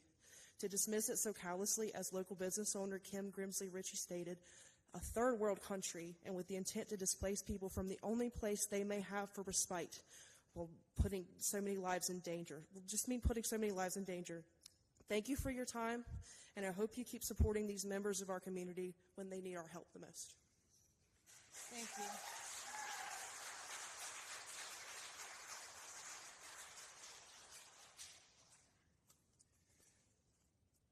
Thank you very much for that. That was really good. I was planning on sharing something similar, but I decided that it would be better to just share how I'm feeling. I'm very upset about this whole situation. It's absurd that we're here today arguing back and forth whether or not we should be advocating for people experiencing homelessness, mental health issues, and so many other unimaginable difficult issues to some old rich people as to why they're deserving of help. The city of Greensboro spends tens of millions of dollars on its police force, but when it comes to resources that have been proven nationwide to help people get out of homelessness, that's when we let a couple of complaints stop us from the little progress that we've made. By the way, these programs have been proven to be efficient in reducing crime. So allocating funds from the police force, last I could find, it was in the tens of millions as of last fiscal year, and the IRC gets a couple tens of thousands. It's insanity that we're in the position where we have to protect people's rights to resources that they need in order to live, because a few overly privileged people think it is justified because of the actions of individuals. In the city that's so bountiful, with an even greater potential to flourish into something greater, we need to ask and beg and plead time and time again for just a modicum of help. To these investors, I say every human life is deserving respect, and they deserve everything which means to be human, such as a haircut, a clean shave, hygiene, shelter, food, privacy, stability. Pressured wash sidewalks and aesthetics do not. Right now, I have no expectations that the city council will do right by its citizens, and with current national politics, there's very little holding you guys back from making that decision. But I hope you guys prove me wrong, and that I end up looking like a fool being this irate over some help that was bound to come. Keep the IRC, increase its resources, if at least for some help, for some selfish personal motives. Thank you for your time. Thank you. After Malik, we have Billy Belcher, Del Stone, and Louis Medina. Hello, City Council. I'm back again. Unfortunately, this time I had to come because, simple fact, my IRC, a lot of things have been heard, a lot of things have been said from my IRC. I'm coming because I've been researching, looking at the IRC, looking at everything. The IRC, they got 90 days to get everything fixed up that they need there. So I feel like the city needs to look at the planning of putting the IRC out Wendover and putting it in other areas that we can have access to the buses, more line to the buses. That's what we got to have. Look at the access of the buses, because the IRC, if we move it somewhere, how are we going to get back and forth? How are we going to get from one end to the other end? How do they want to be able to get all the services they need? That's why I said the urban ministry side, we can look at that. We can look at different areas. There's different areas. Don't just move it from downtown and move it all the way out somewhere else. So I feel like we need change, and change need to be looked at. Look at it before. Travel. Look at costs. Look at the bus money. Look at a lot of things. That's what we need to look at and see how to get the IRC in a place that we can be all on one line. We need to have meetings so that way we can be able to talk to y'all about that, about the plans, about a lot of things. Number two, I want to tell you this, the city council, I really want y'all to look at a lot of these, the security team, look at a lot of people, look at a lot of things that we got. Look, and number three, the third thing I want to say this is that we as people, we as my homeless community, I got one that's right there back there with me. I brought him with me because I feel like people shouldn't be having to do stuff to other people and hurt them in a way that they shouldn't be hurt at. Money and all that shouldn't be taken from somebody that's handicapped, that's in a wheelchair. Shouldn't be taken from them. And people that need to be looked at, need to be looked at. A lot of people that need to be looked at that's going to these jobs, that's coming in here working for people, and really thinking that people that should be in there should be people that y'all need to background and check them. Because a lot of people get messed up from that and not searching them, not looking at their backgrounds, not looking at what's going on with their history, not looking at a lot of that. Even the people that work at the IRC need to be background checked. And I feel like there need to be a lot of checkpoints on that. So please bring that checklist and look at that. Have the police look into their backgrounds. Have them searched.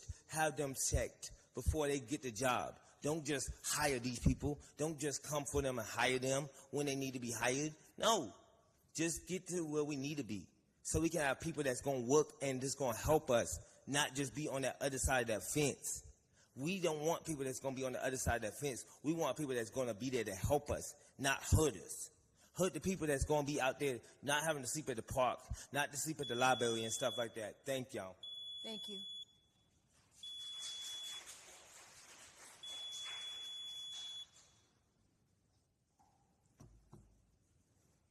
Hey everybody, I'm Billy Belcher from WOA, Working Class and Houseless Organizing Alliance, and I'm here tonight because of these stories about the Interactive Resource Center, the IRC, being either moved or closed by Marty Kotis and some random bunch of profiteers.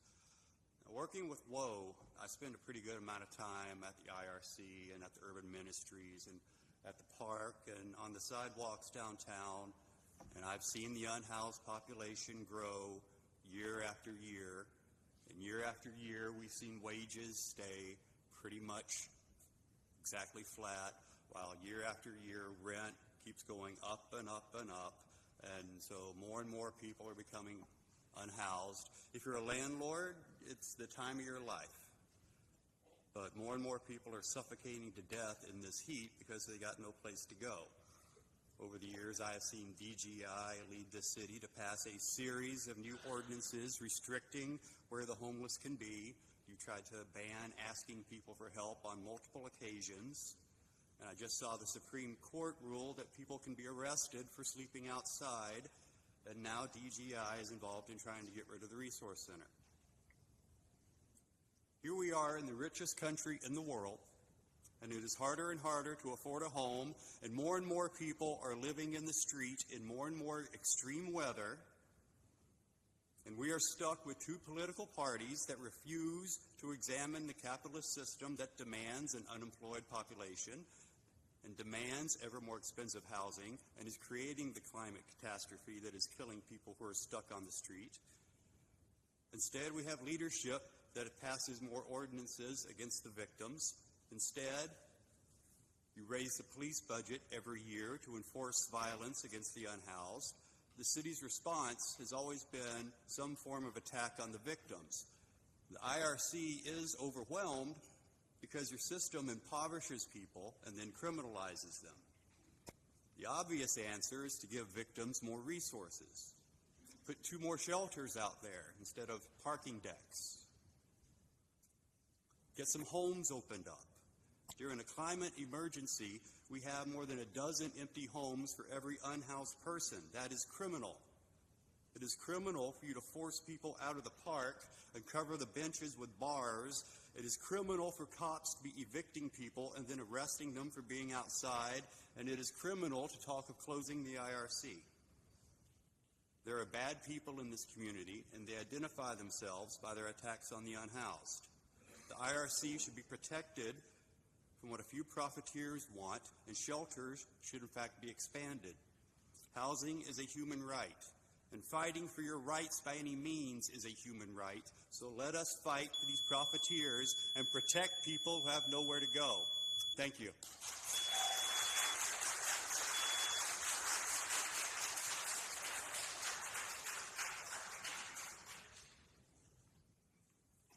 Del Stone with WOA. For a decade and a half, the Interactive Resource Center has operated at 407 East Washington Street in downtown Greensboro. The property was gifted to them for specific use as a campus for unhoused people. Increasingly, over the past several years and months, the IRC has been the sole place of refuge for people enduring houselessness in the downtown area. It's the only place that actually welcomes people into its doors, that doesn't expect visitors to spend money, the only place that is not an extraction machine for profit. It's a place where people can rest, congregate, and really feel human. Despite limited amenities, the IRC has been a place of shelter, relief, and hope. Despite having insufficient offerings, it is still a place where people keep returning to do the most basic tasks like laundry, showering, collecting mail, and simply sitting down. Why? It is true that there is no other center like it downtown, but the real reason is because every other space downtown exists for profit.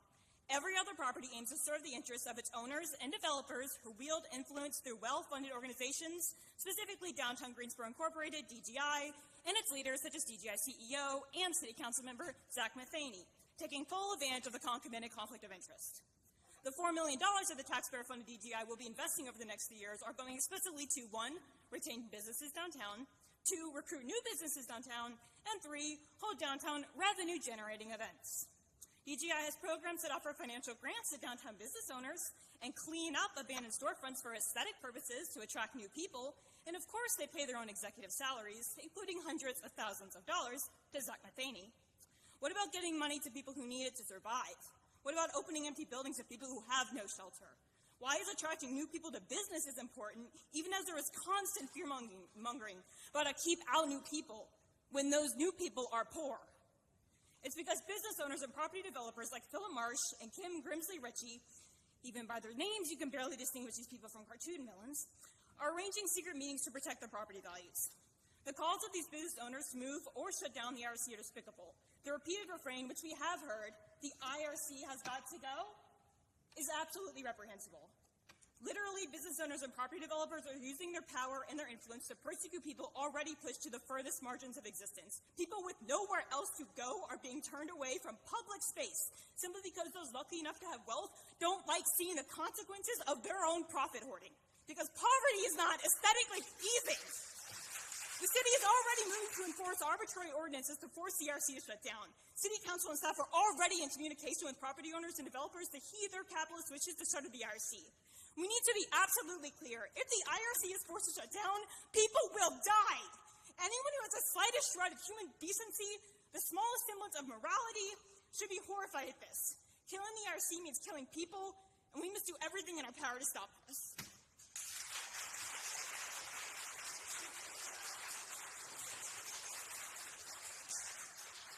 After Louis Medina, we have Ben Holder, Barbara Israel, and Byron Gladden. Hello, I'm Louis Medina. I'm with Working Class and Houseless Organizing Alliance. I was going to say a lot of stuff, but I think what I'm going to talk about is rent, right? I am a renter, like many people. Not like those people sitting in the corner, the rich people in the corner, not like the politicians that apparently represent us. But I am a renter, and this year my rent went up. Like I imagine of other renters, their rent went up this year. And the year before that, it went up, right? What that means is you can imagine at some point in the future, you're not going to be able to pay that rent. And if that is true, right, that means you have more in common with any houseless person than you ever will with these parasites that are supposedly developing and enriching our community when they're really just pushing down the poor and making profit on our exploitation. And they clearly have demonstrated that they have a class solidarity. There's been a coordinated effort amongst a coalition of capitalists, right, and the media to make the IRC look like a haven of criminals. I go to the IRC, every Saturday for 6 years. There are elderly people there. There are children there. There are people suffering from mental and physical disabilities, right? Is there crime? I haven't reported anything except for garbage. That's all I've heard. And people going in and out of bushes, apparently, right? This is a joke. We are in an epidemic. People, if you squash people to IRC, all you've done is basically sentence them to death without other resources for them to go to. Anyway, point is they have class solidarity, right? The Supreme Court, this is following the Supreme Court ruling that basically allowed y'all to make it illegal to be homeless, and therefore illegal to be poor, and therefore illegal to be human. And I was talking to my comrades earlier, and it made me think, like, when did we, the poor, get convinced that we should give a damn what the rich think? We need class solidarity. We need class solidarity because right now they're surrounding us. There are more of us than there are them. We do everything. We pick up the garbage. We fix the electricity. We make sure your toilet's flush, and we make your damn sandwiches. So we should combine and surround them.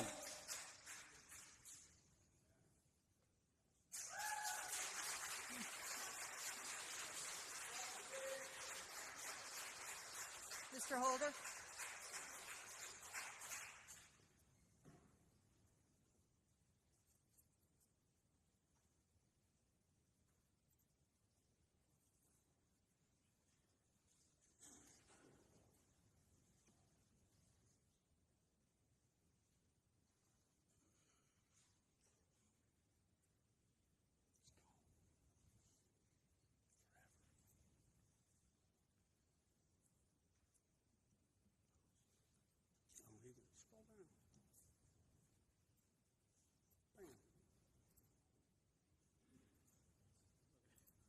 All right, now turn it up as loud as you can because y'all like to play my stuff on silent. I appreciate that. All right, so let me talk first. All right, my name is Ben Holder, and Nancy, you said some things about me in public that weren't true. I'm here to address that this evening. Thank you. Yeah, I will say I find it kind of amusing that Mr. Holder comes up month after month to talk about a memo that I wrote 10 years ago, which I find it kind of amusing that I haven't come month after month and talked about a memo ever. In 2021, 2022, oh really? Ian McDowell. I spoke in 2023 and I spoke in 2024. I was written about extensively what I talked about. Never once did it talk about a memo, Nancy. Never. It talked about cops getting naked at massage parlors. But we can keep going, Nancy. That's a mute point. It's a mute point. I stand behind, and I was right. Unfortunately, the rest of council at the time didn't agree with me. Nope, you've used your time. What I said could happen did happen. What you said is what I told you to say. You knew nothing about the issue at all.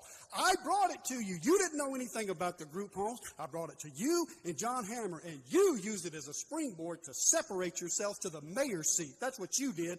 You talked about transparency, and you talked about stopping the group home. Okay, you can laugh, but really what happened is, Nancy, when you became mayor and that officer was deputy chief, I emailed you and Wayne Scott about the same issue, and you weren't concerned then because you were already the mayor. And then when it all went down, where were you, Nancy? When the children got hurt at the group home that I warned you about, where were you at? What did you do then? What did you do then? I stand by everything I said. Well, you're a liar, so I would expect you to stand by it. You're a complete liar. Well, show me some evidence, Nancy. Show me where I came month after month and talked about a memo. You can't do that. Bring some evidence. Oh, yeah, we can go back to the videos. I can't wait. Please, let's do. At the next meeting, will you have the minutes ready? No, you won't, because you're a coward. No, you're a coward and a liar. Yeah, right, because I'm right and she's not. Never did I talk about a memo month after month. I came up here and talked about massage parlors, and I shut them all down. Without your help, without the city's help, saved your police department a ton of money, got people out of horrible conditions, and stopped your officers from getting naked massages from immigrant Chinese women. That's what I talked about month after month. And by the way, Ian, you've written several stories talking about the city changing the ordinance. They changed nothing. Nothing. Not one thing. Not one thing. Nothing. So, Nancy, you can't prove anything you said. You can sit up there and say, oh, my God, because you're rich and you're powerful, but what you are is wrong. You can't prove it. I can't prove it. You can't. You can't. There is no month after month about a memo. Well, where is it, Nancy? You can go back and watch the videos. I have. I know what I said. You can't prove it. You're 5 pounds of mess in a 2-pound bag. You're ridiculously wrong. Thank you. Wrong, Nancy. You're wrong. You can't prove what. Okay, Mr. Holder. Mr. Holder, you'll have to leave, or... All right, another 3 months.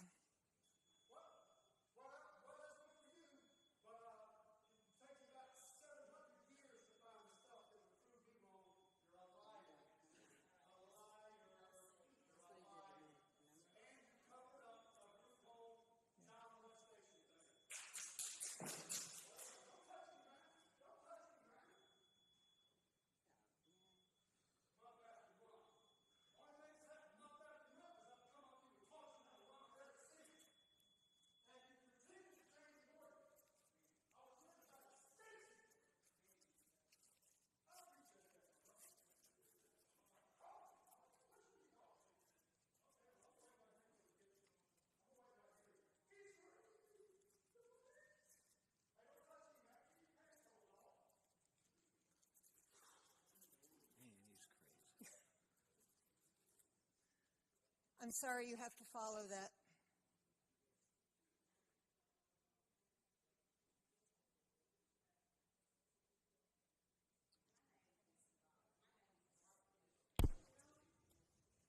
It is now.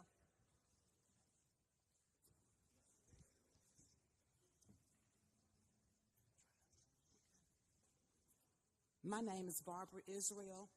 Somewhere between 70 and 100 years ago, the City of Greensboro dumped poisonous toxin in our minority neighborhood, now known as Bingham Park. They didn't care then, and it seems they don't care now. They're saying it's the cheapest way to go. Get it done by putting the toxins in another minority neighborhood in a landfill that's supposedly closed. If the city committed this environmental crime, then they need to fix it, regardless of the cost, but not by putting in another minority neighborhood. And yes, council members, we're just as smart as you. We do understand, so please stop saying that we don't. Of the 3 landfill choices, White Street has the highest population of minorities, 66%, and low income, 64%. This is the reasons the poisons were dumped in there the first place, because there were poor black people 70 to 100 years ago. They didn't care. Well, we care. One of the council members has said, we are our brother's keeper. The way I see it, all of you are our brothers. We have brothers that live in Starmount. We have brothers that live in Fisher Park, Forest Oak, other affluent neighborhoods. It's time these brothers step up to the plate and allow toxins in their neighborhood. But I'm sure none of the council members have offered up their neighborhoods. You sit quietly by and watch these 2 poor, marginalized communities fight it out. Is it that you don't care as long as it doesn't come to your neighborhood, bringing down your property values, threatening your children's safety? As a community, we have to come together to find a solution that doesn't impact White Street, regardless of the cost. Maybe we can find undeveloped land and develop a landfill specifically for toxins. Find the money. These poor, underserved neighborhoods deserve the respect that it did not get almost 100 years ago.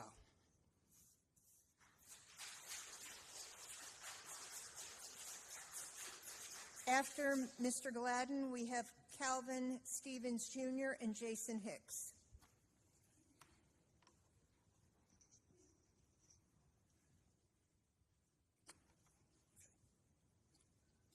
Good evening, City Council. My name is Byron Glad, and I come here in my capacity as President of the African American Caucus of the Guilford County Democratic Party and co-founder of East Greensboro Environmental Justice League. I am here today in opposition of the Bingham Park dirt going to White Street, and I am asking for you all to request at zero cost to contact Guilford County Health Department and to request that they request a study which was done in 2011 from the Division of Public Health. In June 2009, the City of Greensboro requested DPH investigate cancer rates in the community living near the White Street landfill. The White Street landfill, which in this study refers to White Street landfill and EH glass dump site, since they're in close proximity. Now, I've been challenged by council members to be informed. I took a tour of the landfill, and I still say no. I also would like to provide clarification to the community that reads any publications that the site that East Greensboro, White Street, Nealtown residents are concerned about is not the 10 acres at White Street. It is the potential of the total of 65 acres that are currently at the White Street landfill that is currently undeveloped but still has potential probability of reopening and new phases happening, which current City Council cannot commit or prevent future council from doing so. Now, back in 2011, when this report came out, the White Street landfill consisted of two separate unlined disposal areas. The property was privately owned, two small ponds, an unnamed stream along the western side of the property, and the remainder property was covered by trees and dense vegetation. Disposed material was exposed on the property and in the stream. 55-gallon drums, metal, plastic, and glass debris. There is evidence of illegal dumping, hunting, fishing on the property by trespassers. Little is known about what was buried at this site other than the reports of Vicks cold products buried in the southeast disposal area. There is no required regulatory monitoring of the former dump site. Now, regarding the cancer rate, all healthcare providers in North Carolina who detect, diagnose, and treat cancer are required to report cancer cases to DPH State Center for Health Statistics. Of the 7 cancers that they tested for and polled for the White Street landfill area was liver cancer, pancreatic cancer, multiple myeloma, leukemia, brain and central nervous, Hodgkin's disease, and non-Hodgkin's lymphoma. The results determined that the number of the types of specific cancers in the selected study area from 1990 through 2006, a total of 114 cancer cases for the 7 types selected. So I'm requesting for an updated study, an independent study by the state to show what the effects of cancer have happened under the additional regulations you all have put in the landfill to show that there is improvement. And I will close in support of the IRC. If you have paid sex workers or a former sex worker, if you have sold drugs or bought drugs, you should be in support of the IRC and not standing here signing up to be against it. It is shameful. And to Marcus Dion Smith, he was a resident of the IRC, and look what it cost him. Thank you. Thank you. Calvin Stevens Jr.? Yes. Okay. Followed by Jason Hicks, followed by Isaac Myers and Sidney Branch. And those are all the speakers I have signed up. If I have not called your name, please go to the Courier. How you doing? My name is Calvin Stevens Jr. I'm the president of Cape Services construction company here out of Durham, North Carolina. I want to first say thank you guys for the opportunity to work with you guys on the Windsor Chavis Rec Center project that we've been working on for some minute of time. How that project came about, before I get to my point, is due to my ties here. There was an apartment complex a long time ago called San Sushi. I was born there to a third-generation graduate of North Carolina A&T, and my mother, who was a graduate of Bennett College. And so, again, I have the Bell and the Aggie pride in me. So, from that point, I went to work in construction. I worked at UNC Greensboro. I went to night school. A company hired me one night at A&T to come work for a commercial contractor. Came in here, a building over, a little more nervous and contentious time, on a project that was a little more sensitive, working for a Fortune 100 billion construction company. And we constructed the Guilford County Detention Center with D.H. Griffin Concrete. And I had to give a presentation in front of the county commissioners numerous times on minority business and efforts on that project. It was, again, a lot to do, but I sat down with an individual that I met here early on. She knew individuals I know. Miss Carolyn Coleman, I sat down with her, and she explained to me back then how we needed to do business in Greensboro, how we need to do the business in Guilford County. You got 3 minutes. All right. And because of that, we actually came and created the company we are today. So as with that, we were recently partnered to work on the Haskell to pursue the water treatment plant that you have in here in the city of Greensboro. We went through a long process. I think the project had been solicited twice, and we were awarded the project with Haskell Construction. And we've been in conversations and meetings and negotiations for over 2 months, and probably spent not as much as our partner, because we're a 20% partnership, but we've spent close to $100,000 in that conversations. Then recently we were told the project wasn't going to go forward and it may come back out for resolicitation over MWBE efforts or documentation. Again, all this is verbal. No one from the city or commissioners has given us anything in writing.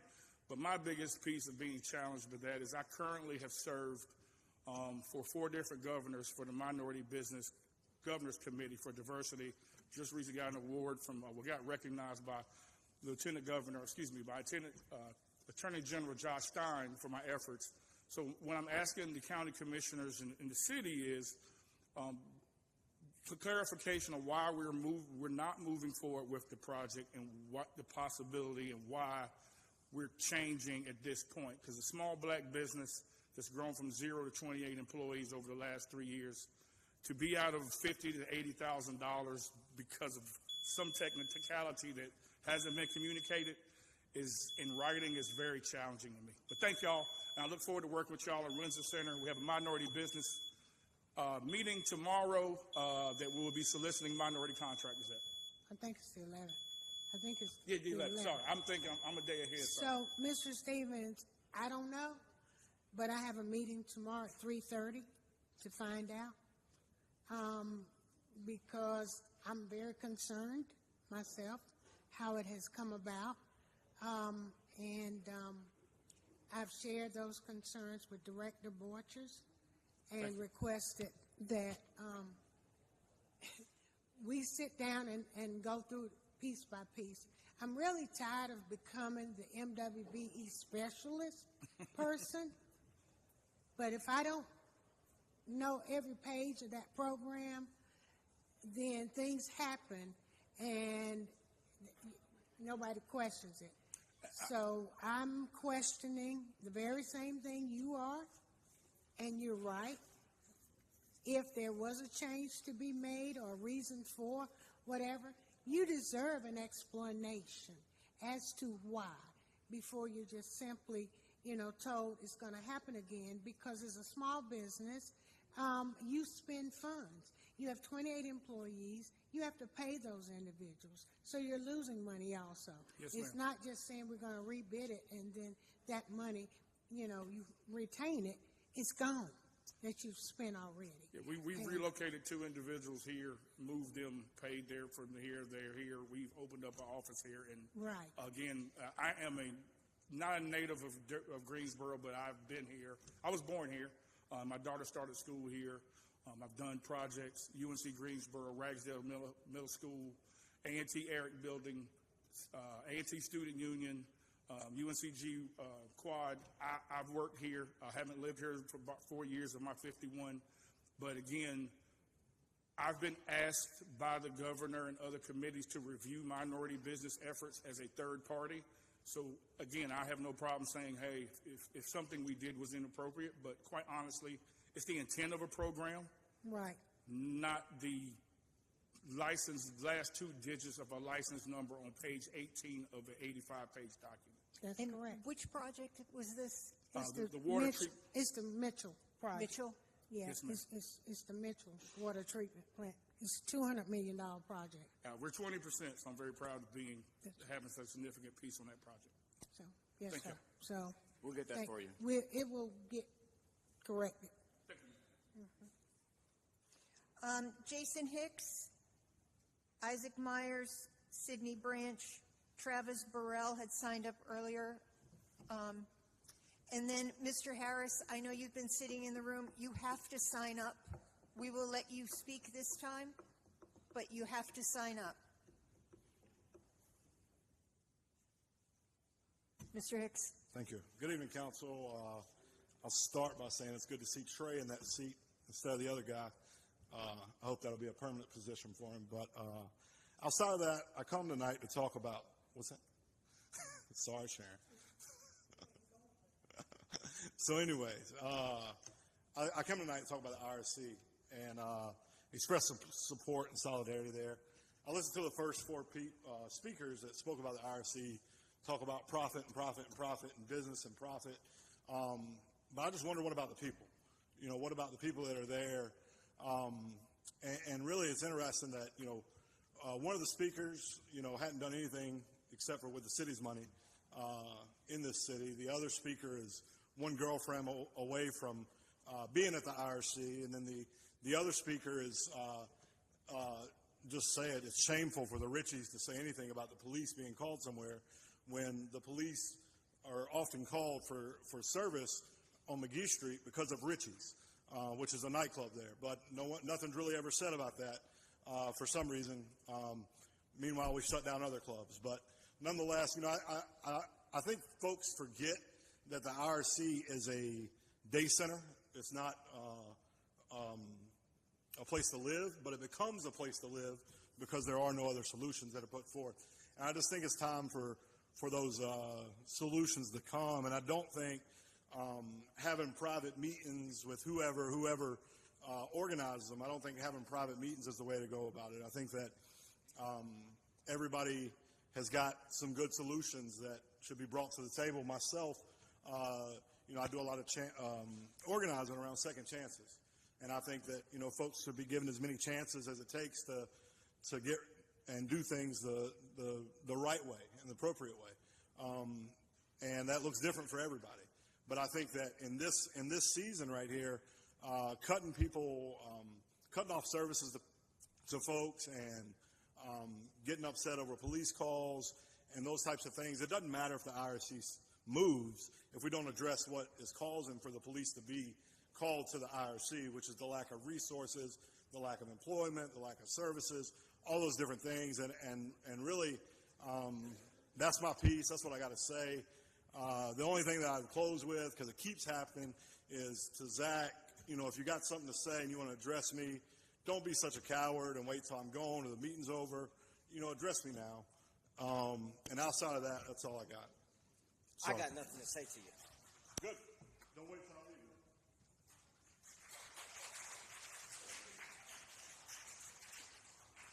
Isaac Myers, or who, just come up.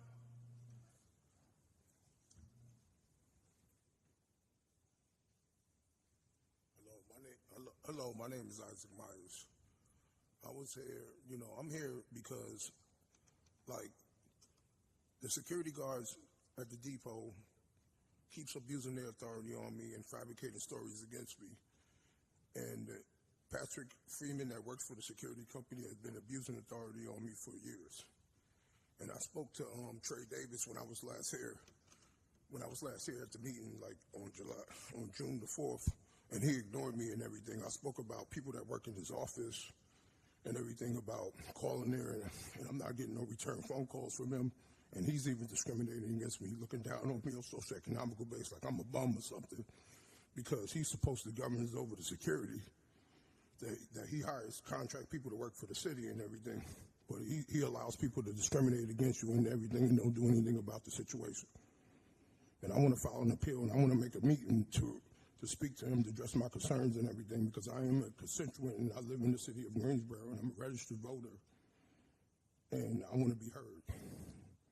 And I don't take discrimination, and people just fabricate stories on me and make up lies on me and everything that deprive me of service and everything, because the security guards is abusing their authority, and the people that work for the city, everybody's all in cahoots because it's a biased entity, because the situation is not being investigated in a fair and impartial manner. Like, I had a meeting on July the 1st, and the meeting was not really to address my concerns. It's like the meeting was for the security guards to abuse their authority on me even more. You know what I'm saying? Because the people that came from the company that I never even really seen or had any kind of encounter with, you know what I'm saying? How can they come represent the company and they come into just like say things that's not really, that's fair and impartial, that really occurred about the complaint? because the cops was called on me on May 17th on a false narrative to get me removed from the depot, and the cops came there on a false narrative and everything, and then it's like a false call. And you have to have laws on the books that people just can't call the cops on you on false allegations. And a lot of things is a false narrative. And I want to speak to Trey Davis. I want to ask him a question like, why you never return my calls? Every time I call you, you never return my calls. You just ignore me. I spoke to your assistant, left several messages on your machine. One time I called you, you was out. They said you wasn't there and you was out, and you never responded back to me. And then I came to the city council meeting. I spoke to you last time I was here, and you was being biased and discriminatory towards me. You just ignored me. Oh, you taking the people's side. Like you have people working for you and everything, and you're not really representing the city. You're not an elected official. You're just appointed by the city council. You know what I'm saying? Thank you. Sydney Branch. Just calling the next speaker. How you doing? How you doing? My name is Sydney Branch, resident citizen of Greensboro. Today's topic is the irony, which was interesting. The guy said irony. Can you get close? Okay. Okay, irony. Today's irony. I left off last time I was at one of these meetings talking about what makes a dog bark. And at that time, it was the trucks that go down our street. Seems like everybody that has a great big diesel or a trailer lives up that way. And y'all fixed it up so that you can go directly from Martin or from that McKnight all the way up to Randall without stopping. So you get a good rev on right in front of my house all the way up. Okay, so the dogs don't bark about that so much because the pipe finally broke. Y'all came and fixed it. I hope it didn't cost too much money. Made a big mess. So now we're at, thank you for having a code meeting. What are codes? There was a little meeting with some of the code people. I went there because I have a code issues. And the irony is that thanks for the light that's really bright and illuminates most of my yard, which I don't like, it was great on July 4th. I finally thought I could take my dog outside 3 hours with boom, boom, boom, boom, boom all around me.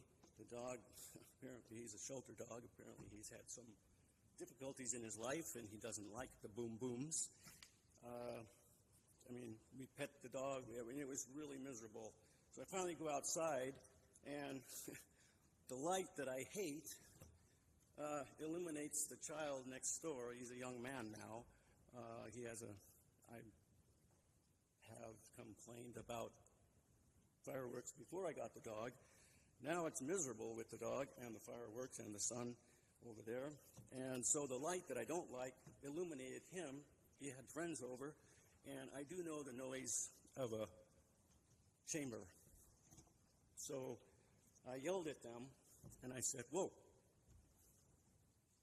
vámonos.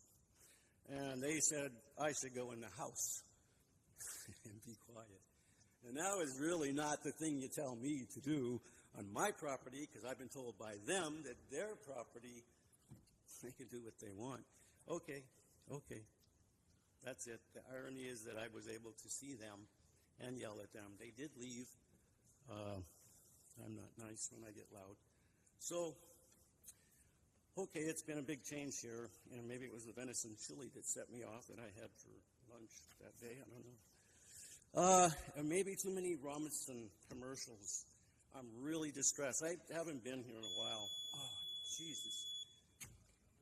I can't believe that man is from Greensboro and came here to your meeting, and he got his little political start here. If you guys want a big buffoon, vote for me.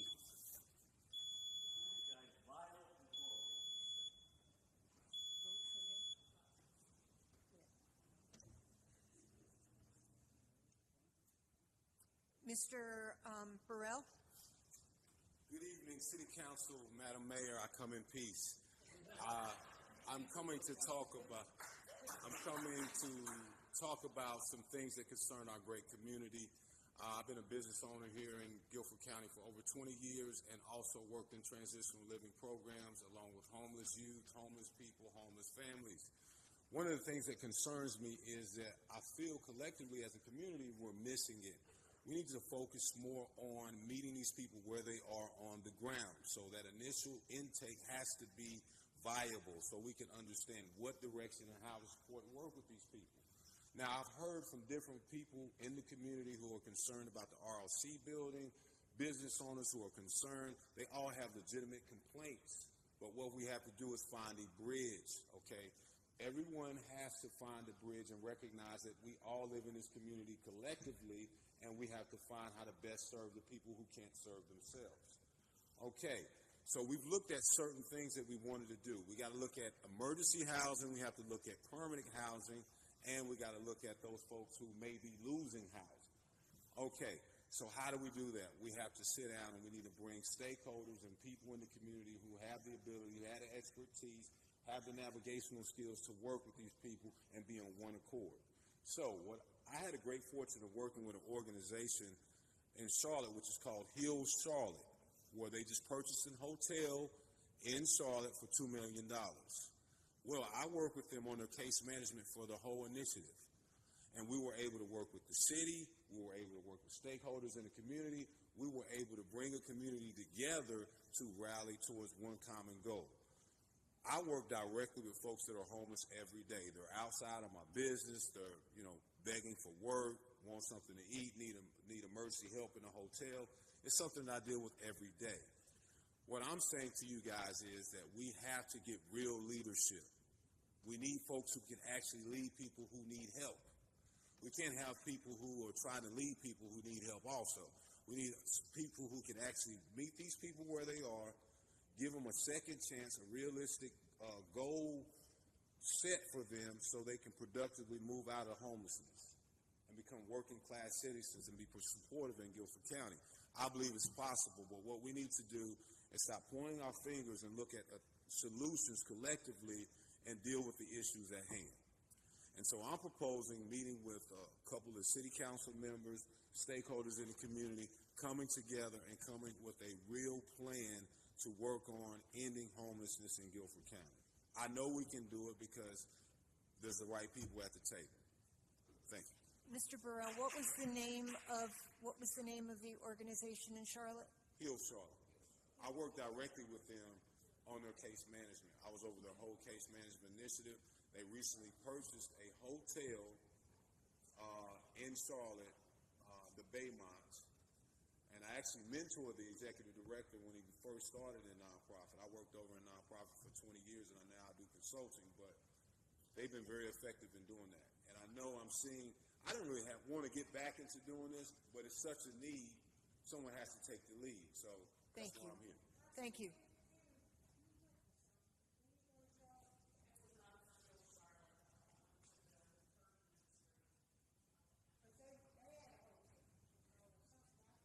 Yeah, they do also. What was it? More Place? Right.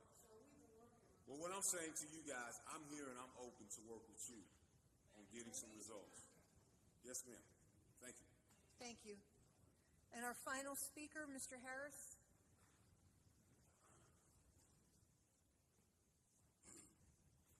How y'all doing today? Hey, look here, Lisa Everhart, I want to give y'all a thank you for putting in the motel room for 30 days. She got better, but she got sick while she was in the motel room. So on our way back from the motel, we was going to the urgent care. We were going by Sean. Before we got to Sean, she fell out. An ambulance came, and Sean's team responded real well. Doug, the one called for 911, got her back in the hospital. And another thing, too, I want to give all the people that come to Greensboro and feed us on the street out there, they're doing a wonderful job, man. I just want to give a shout out to everybody come feed us on the street. When they come feed us, they're doing a wonderful job. Also, I'm still working part-time, but thanks, Zach, and thank you. And Lisa told me to tell The mayor, Nancy Bond, she's doing a little better. She's still losing a little weight, but she caught something in the motel. It looked like bugs. I don't know what it is. But anyway, it's all over her body. And she went back in the hospital day before yesterday again from Urban Ministry. I don't know what's going on, man. I don't know what to say. The only thing I can do is pray. I pray every day. But it's getting hard out on the street, man. Y'all just don't know how it is to be homeless, man. It's stuff you go through. You sleeping on hard concrete, man. No mattresses, no nothing. You know what I'm saying? Better yet, I'm not giving up. I'm just still trying to hang in there. But I got an interview tomorrow at Innisfield Applying. And maybe they hire me down there. I don't know, but I'm still trying. And Zach and Hugh, I'm trying to do the best I can, man. And Sean's team is excellent, man. They responded to my girl real well, man. Got in the hospital and everything. And I just want to thank Sean, man. I give him a shout out, man, on his team, man. They did a wonderful job. And everybody in Greensboro discuss, they see somebody homeless, right? Like the other night, we sleep on the sidewalk, you know what I'm saying? We don't bother nobody, you know what I mean? But people just don't understand what we're going through. I know people come by there and throw us food and stuff. Sometimes I be scared to eat that food late at night. Because some people just out there hating, man, you know what I mean? You got them everywhere, but I got God on my side. I'll be right making, man.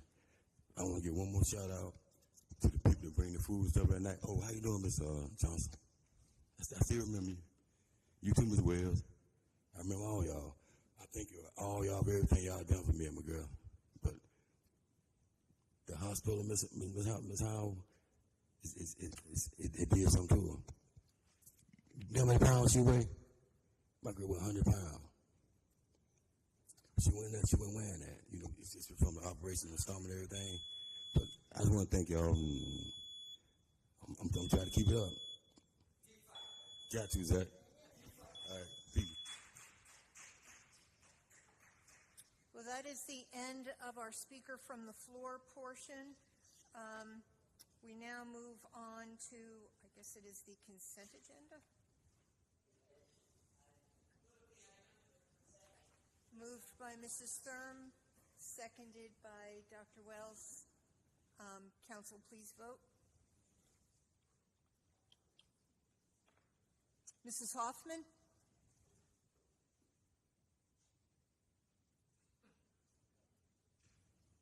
Yes, I voted.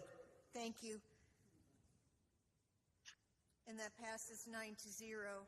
Now we move on to the general business portion of our agenda, and item I.1 is a resolution requesting City Council approval of an emergency change order to contract 2020-007C with Jimmy R. Lynch & Sons in the amount of $1,454,613.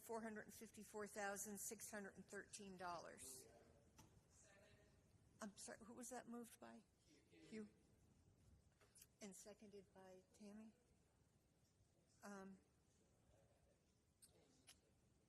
Council, please vote.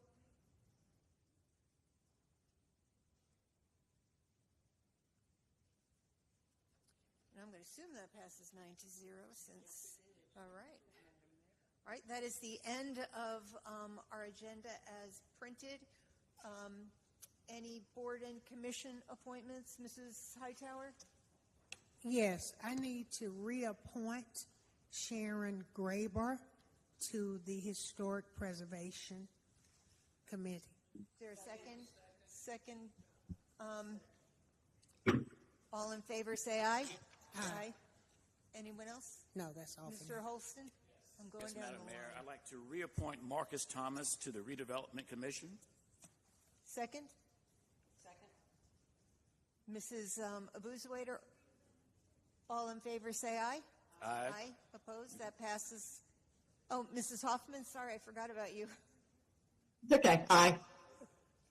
That passes unanimously.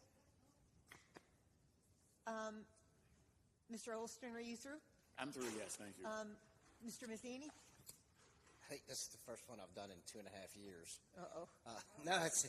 I would like to appoint Ziad Flynn to the Parks and Rec Commission. He's replacing Scott Neely, who rolled off. Is there a second? Second by Mayor Pro Tem. All in favor, say aye. Aye. Opposed? Mrs. Hoffman? Yes. That passes unanimously. Mrs. Abuzawader? I'd like to reappoint Joe Lehman-Stoll to the Historic Preservation Commission. That's seconded by Mrs. Hightower. All in favor, say aye. Aye. Mrs. Hoffman? Yes, aye. Thank you. Mayor Pro Tem, Dr. Wells? Boards and commissions? No? Mrs. Hoffman, do you have any boards and commissions? No, I do not, Mayor. Thank you. Okay. General comments, Mayor Pro Tem? I just want to congratulate you again, Hugh, for the Power 100. That was a lovely evening at the Tanger Center.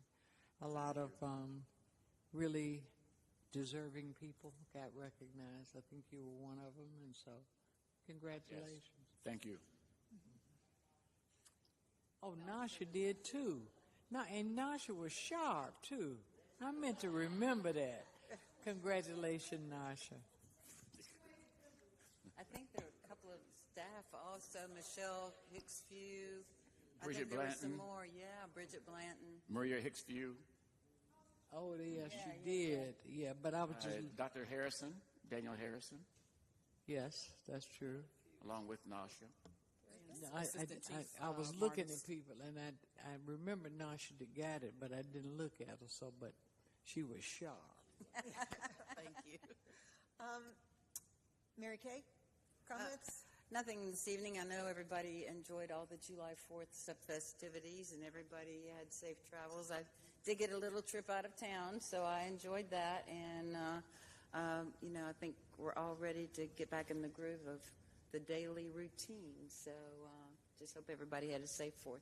And we do have to recognize DGI and the great job that they did for the 4th of July. Thank you very much. Hugh? Brief comments? Nothing. Oh, my God. Let's see, we're going backwards. Mrs. Thurm? I was just going to re-congratulate Yvonne Johnson on her retirement, and what a lovely affair for your retirement celebration. So congratulations. Also, on June 28th, we had the Pride Walk to commemorate Stonewall. And we had a small crowd, but they were mighty and did a great job with that. And also congratulate everybody that was involved with the Human Rights Gala that many of us attended. It was a very nice affair, very long, but very nice affair and very successful. So thank everybody for that. Thank you. Mrs. Hoffman? I have nothing. Thank you, Mayor. Thank you. So that brings me to Zach.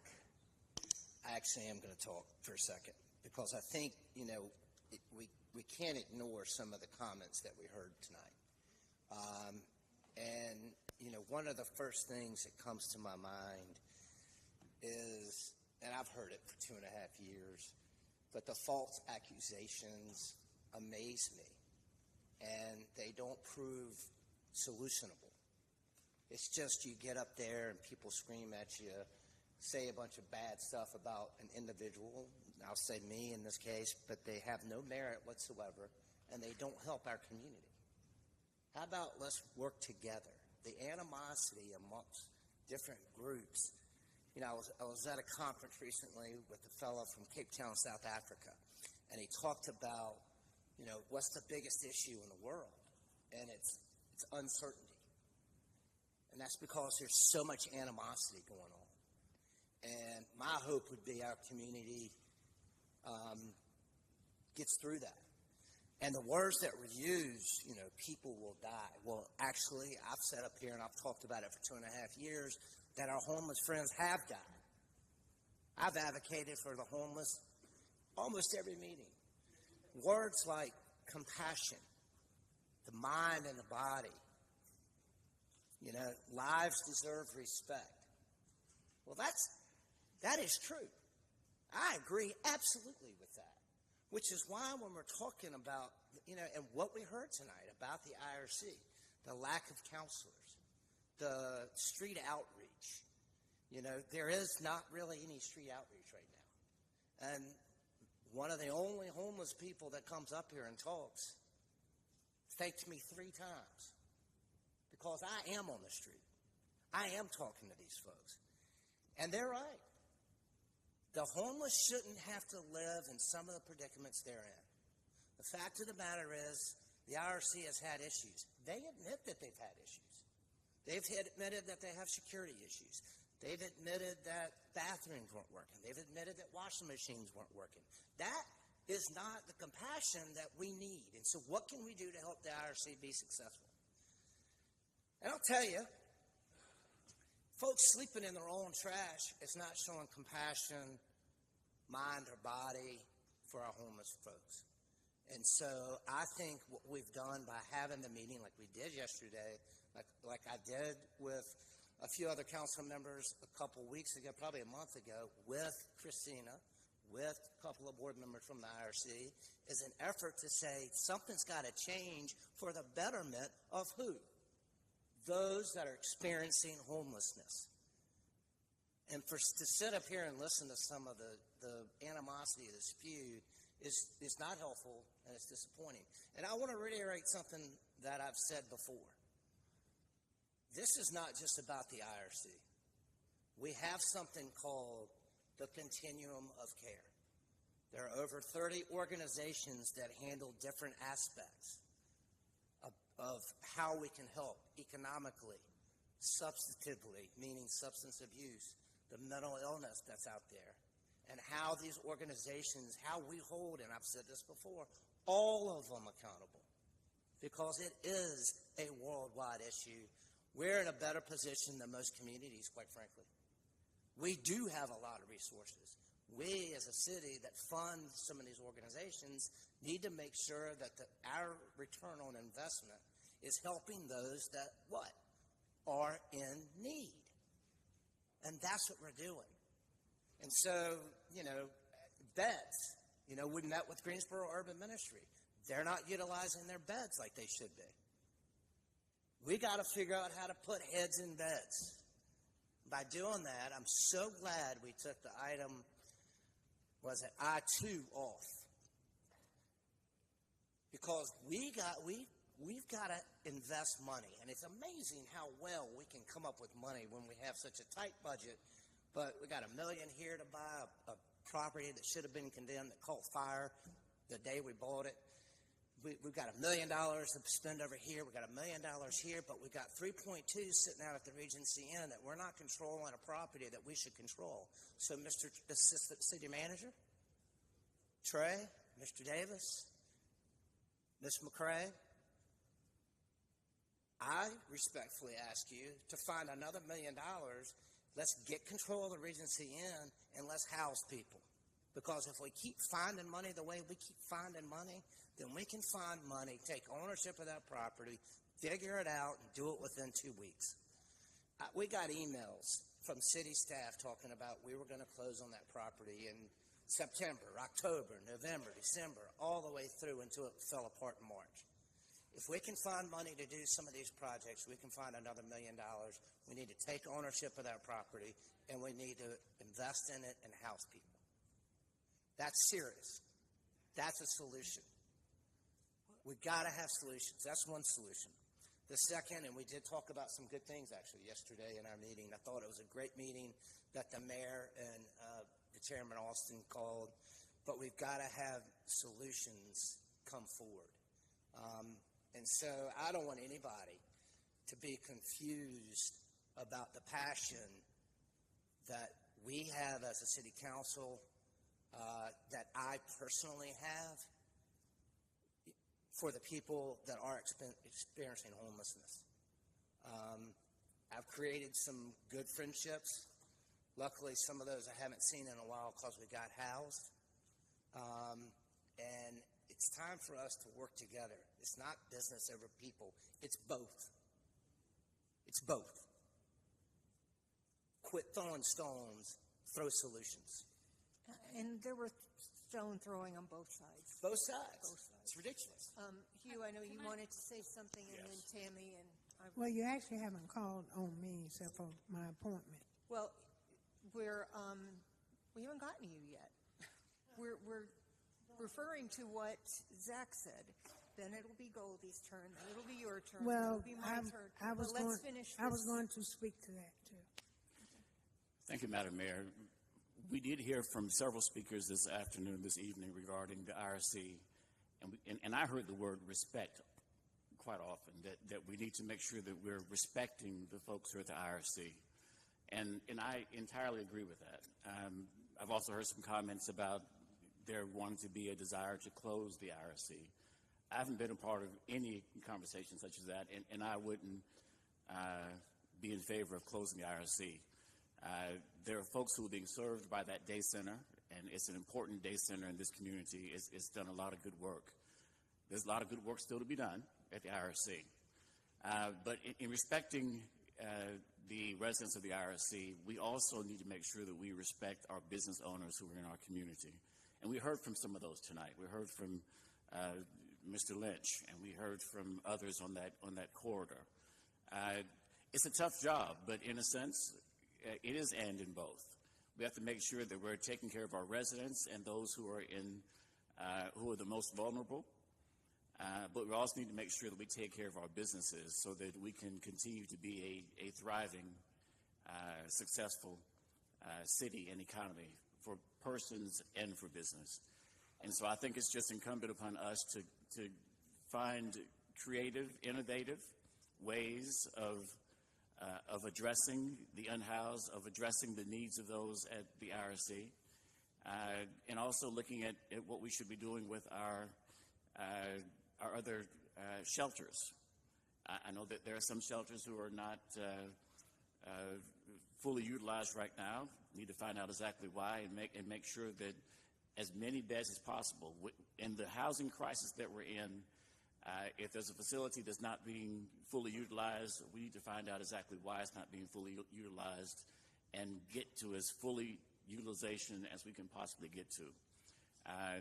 The folks in our community are counting on us, the residents and the residents and also the businesses. And it's incumbent upon us as the stewards, as those of us with the fiduciary responsibility to make sure that it happens. So I'm certainly in favor of having additional conversations, but we need to get to solutions. We need to get to resolutions and make sure that folks can stand up and live the best they possibly can in our community as we continue to grow. Thank you, Madam Mayor. Thank you. Tammy, and then I'll reserve my comments till the end. I just wanted to add on to what Zach was saying and ask the city manager, or Assistant City Manager Davis and McRae, in addition to working on the IRC and issues there, we are going to very quickly be approaching winter sheltering. And the demand in our community is way more than double what it was last year for winter sheltering. And I think we need to have a work session or advice, input from you all in terms of, do we need to buy more pallet shelters? Is that an option? What are we going to do? Because even if we were to take over Regency tomorrow, it's not in a situation where we could probably be housing people come cold weather, and we're going to need to house people come cold weather season. So we need to be working in two directions at the same time and make sure that we're preparing now for winter. If we have to order whatever, we're going to be ordering, if we needed to order pallet shelters. It's hurricane season. There are lots of communities that might be needing pallet shelters, and we need to get in line so that we're not caught last minute with our pants down. Well, and we actually had that conversation this afternoon, and exactly with hurricane season, we need to get our order in before.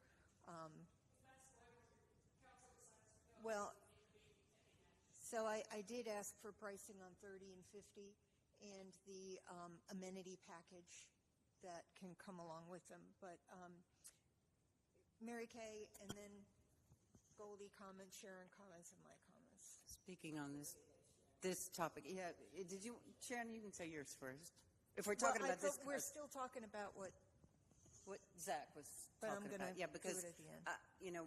we kind of gave comments, and I didn't realize all that. Oh, no. Because I haven't know. called on you yet. So be patient. The issue is we didn't know Zach was going to come out with all this, and so did we? We should have known. We should have known. Okay, very quickly, I just want to say, we have many different angles to look at this thing and many different lenses to look at this, but we also need to make sure that we respect not only the individuals who are homeless, because yes, they should be respected, but it's no different than if you have a neighbor who is throwing things at your house all day long or trashing your house. You need to also be good neighbors. Now, how do we enforce that? Is that really our job? Shouldn't they, it's not a city entity. Yes, we give them funds, but it's not something that the city solely supports. We need to make sure that everyone is at the table to talk about this, including some of the homeless. They need to be at the table too, in my view. But, you have people, I was there at Sharon Stokes' office, and there were people fighting up the hill. Okay? So they're not being good neighbors. They were sorry, but they were peeing off of the back lot onto her property, and all her grass is dead. They're not being good neighbors. So whether you go into a shelter, whether you go into a school, whether you come into the city council chambers, whether you ride a bus, there are still rules to follow. And the rules are not being followed. So there needs to be something done, because we don't need small businesses hurting. We need more people coming to, get the services that they need and leave appropriately when they get those services. We need all of those things. So, you can look at it 20 different ways, but we've got to be able to come together and find a solution with, is it going to be county help? Is it going to be more donor help to the IRC? I don't know, but personally, I think that board of directors needs to be at the table as well. Thank you. Dr. Wells?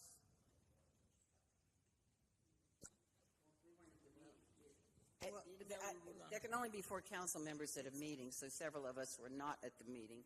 But, maybe they could be taped and we could watch them later or something. I don't know. But so we're kind of left out of that scope, that we don't know what was said. We're getting good updates from the mayor and the ones that were there, but we really don't know, some of us.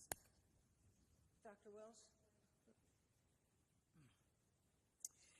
Well, when it comes to the IRC, I just have a special place in my heart for the IRC, because I was there when we started in a few rooms over on Bessemer Avenue.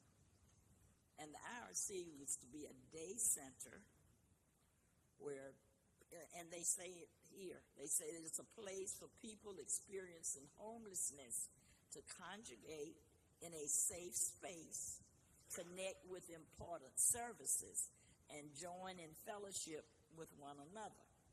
Now, I think the thing where we're really missing is that it was supposed to be a resource center where they could get all of the resources that they needed. It was also a day center. We've gone to 24 hours. And it just changed the whole dynamics. And we know that the COVID came along. So there are a lot of things that have changed that need to be dealt with. And all of this discussion about it's people upset because the folks are in their way, it looks bad. Yeah, all of these things come along with it because we haven't come up with a solution. We've been talking about it, but we don't have a solution. We talked yesterday, made some tentative plans of doing something different, but all the talk doesn't make it any better. It's not going away until we do something. And with the last speaker that came up, he was just saying some things that, yeah, that's what we have to do. When we leave meetings, like yesterday when I left that meeting, so I said, so who's going to do what by when? If nobody comes up with, this is going to happen, so-and-so is going to do this, and it's supposed to be done by some such and such time, you really don't get anywhere. We just keep on talking and talking. And I think we need to stop talking about Regency. I just think we need to stop talking about it. It didn't work out, and we need to admit that, and we need to move on and try to come up with something else. But we keep talking about that and blaming because we haven't done it, and we should have done this and should have done that. We still have in our view and our vision to have some supportive housing that will be wraparound services, and we haven't figured it out yet. Regency didn't work out, so we got to figure out another way to still reach that goal. But we hear the comments from the people, and people are emotional, and I can understand that because everybody thinks we need to do something different. And I want to say we do need to do something different. But the back and forth and blaming, it doesn't help. So the bottom line is, and then one of the speakers said it, because I was the one that said it, I said, we are our brother's keepers. We are. But what I was talking about is that we would have concern for each other. The bottom line is folks just don't love each other. They just, we put up with each other, but we don't, because if we loved each other, we would look over some things and then try to correct it rather than pointing the finger. And I've told you all before, all I can do, I go over there on Sunday mornings. Now, I used to be the chair of the board for IRC. So I know how it was, and I see how it is now. I go over there on Sunday morning and teach a little Sunday school lesson to them. These people are folks, when I start scriptures, they can finish them. They've been to Sunday school. Some of them even have been ministers, but they've fallen into bad times. And things have happened to them in their lives. And we need to look at that rather than pointing a finger all the time and seeing them as people who, well, we don't see them really as real brothers and sisters. We see them as those people, Zach, as those people. So I would admonish you all to just let's just work on trying to get a solution rather than, and it doesn't make us feel good when we sit up here and you know where your heart is and folks are fussing at you and telling you that you don't care and you, the rich, don't care about the poor, all of that. We need to stop that. I know I can't control anybody else, but I think we need to stop that. I had 3 things that I had on my list. Tammy said them all. She said all 3 of them. I wanted to congratulate the Power 100 people. I wanted to congratulate Mayor Pro Tem on her retirement. It was a very nice celebration. And the Human Rights Gala. All of those were nice events. Thank you, Madam Mayor. Thank you. Sharon?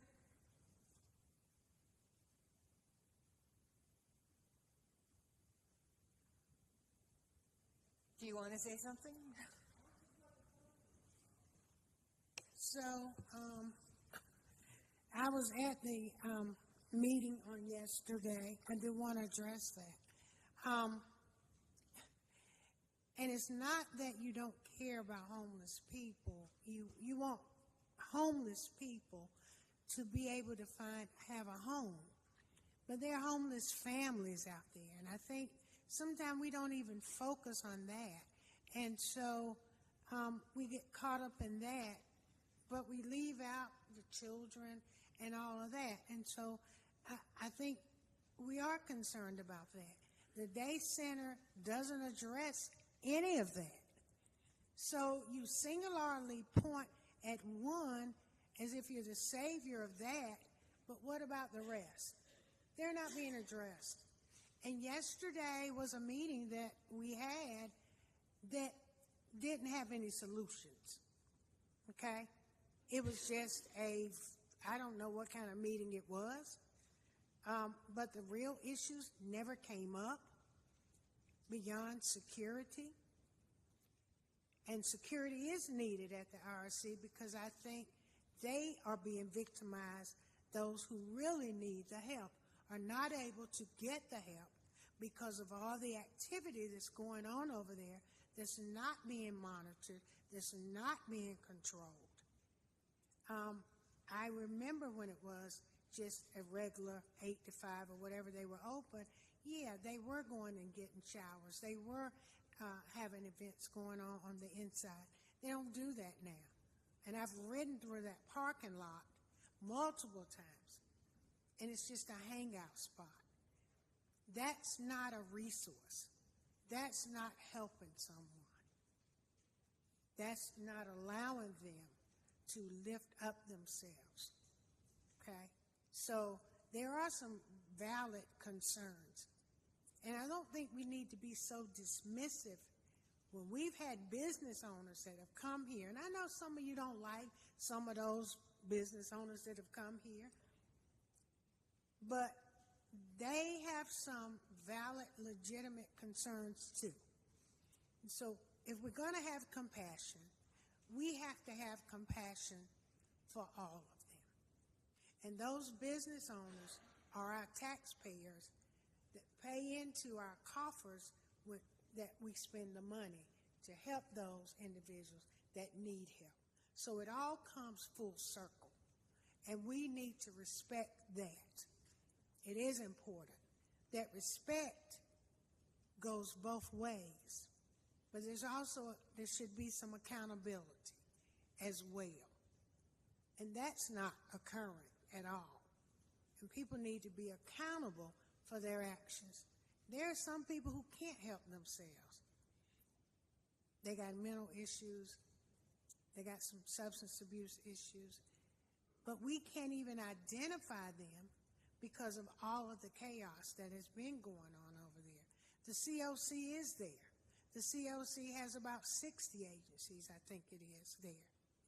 But they are not funded to the tune that they need to be funded to provide the resources that are needed at a resource center. You've got to be collaborative. We cannot continue to just stay in our lane. I'm over here, I do this. Well, I'm over here, I do that. When I heard Frank McCain talk about integrated services, that's what needs to be occurring. That's not occurring. That's a solution that needs to be one that we focus on more than anything. But we need to really respect the fact that businesses that are coming to us say, hey, I want to help, but right now I'm just trying to survive. When Dr. Long has to put a fence around her property, 6 cameras on her property, she got to watch men peeing on her walls. I mean, so let's have compassion for her too. She's not an angry person per se, but she's frustrated. And we need to respect that, and we're not doing that. So when we recognize the problems, we already know what they are, then we got to make sure we have the solution to be it. Ma'am? No, that's okay. One of the things we might want to do is have a meeting with United Way because they're good at that. Right. And their main issue thank you. Their main issue is eliminating poverty. So I think a collaboration with United Way would be very good in this particular area. I know I interrupt you, but I couldn't. No, you're fine. That's okay. Thank you so much. No, I like that suggestion, and when he was talking tonight and I was listening, because I'm not sure if they are a member of the COC. I don't see them at our meetings. I am on the executive board of the COC. And I think sometimes the COC has gotten a bad rap from some. They don't deserve it, because dealing with homeless services is very difficult. There are people that you really want to help and you can't help. But it's not a Band-Aid approach. It has to be a full service approach. It has to be. You can put them in a house tomorrow, but if you don't give them everything they need to stay there, then we're right back in the same old situation. And the people that come and speak tonight that throw stones and say people are dying, I'd like to see where they are funding for, how they are helping people. You know, where are they doing? Serious business. They always point the finger up here. But, you know, when you point one finger at me, you point four back at yourself. And so we have to begin to really understand and look at that. It's going to take all of us, not just one group. And I also want to just address a couple of speakers tonight who brought up Bingham Park. And what's concerning to me is that people's perception and reality of what is occurring with Bingham Park is a false narrative that is going around. It is never, and it never started out pitting one black community against another. District 1 versus District 2. It started out as a group of people who wanted to simply find a resolution to have a park in their community. So the false narrative being put out there now is so inaccurate. It's not based on facts. It's not based on facts, but it's based on hysteria. And I really think it's very sad when we got homeless issues that we are dealing with. We have a solution to fix another problem here that we could be doing to help improve our community. Everybody wants to live in a really nice space, no matter where that space is. And having a contaminated space out in the open is concerning. So this has been an issue that has been really worked on and talked about and met, and we've analyzed it, investigated it, and I'll tell you, I know more about soil than I want to know about soil, but I know about it. And this whole thing around Bingham Park is really troubling because now certain communities feel certain ways, and it's not justified. It's not. And so I know we'll go more into detail on July 23rd when we have the special meeting around Bingham Park because we have funds that we're going to have to eventually expend or lose. And then where will our opportunity go? So I just want people to have this open mind, and that's not occurring. And so hopefully maybe that will change. So.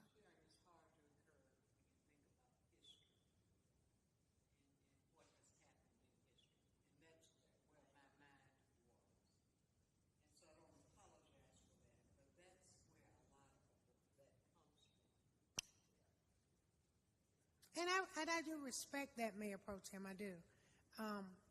And I hear you. But again, some of the other narratives are being quoted because the landfill really, truly is not closed. It has never been closed. And we just don't take MSW, Municipal Solid Waste, and we don't take it to the tune of $20 million a year because we ship it out of here. Yeah, very good point. And so I understand your position. I respect your position.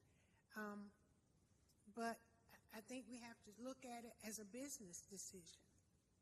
And what is the best business decision that we can make? It's not a $4 Band-Aid remedy of putting some plastic over what's already there and putting some dirt on top of the plastic. But it is a $27 million full remediation. So it is not the cheapest option. The $4 million is the cheapest option. But I understand history, and I get it. But you got to know your history, so you got to know where you're going. So we'll talk about it more, I'm sure, on the 23rd. So anyway, Thank you. and finally, we will talk to the gentleman that came up tonight about the MWBE. I almost feel like, I just almost feel like I'm just tired of going around and around in a circle about it. We got to get serious about MWBE investment. That's making it a department so that it has more exposure than just a program, because program elements keep changing. And that's what has impacted Mr. Stevens tonight, is a program interpretation by someone. And that's not following the program the way we want it to grow. And I just think MWB needs a stronger highlight. It needs to be a department with a director, so that we are focused appropriately on how we are going to grow Black and brown and women businesses. Thank you. Thank you, and I'll try to be brief. There's a lot of conversation about the Regency, and I think there is maybe the thought that that could be used this winter, but it is not in a condition that it can be used, and that is primarily because the building was not secured by the current property holder. So damage was further done to that building, and some copper was stolen out of it. So while we do have to move on it, and it is a huge disappointment.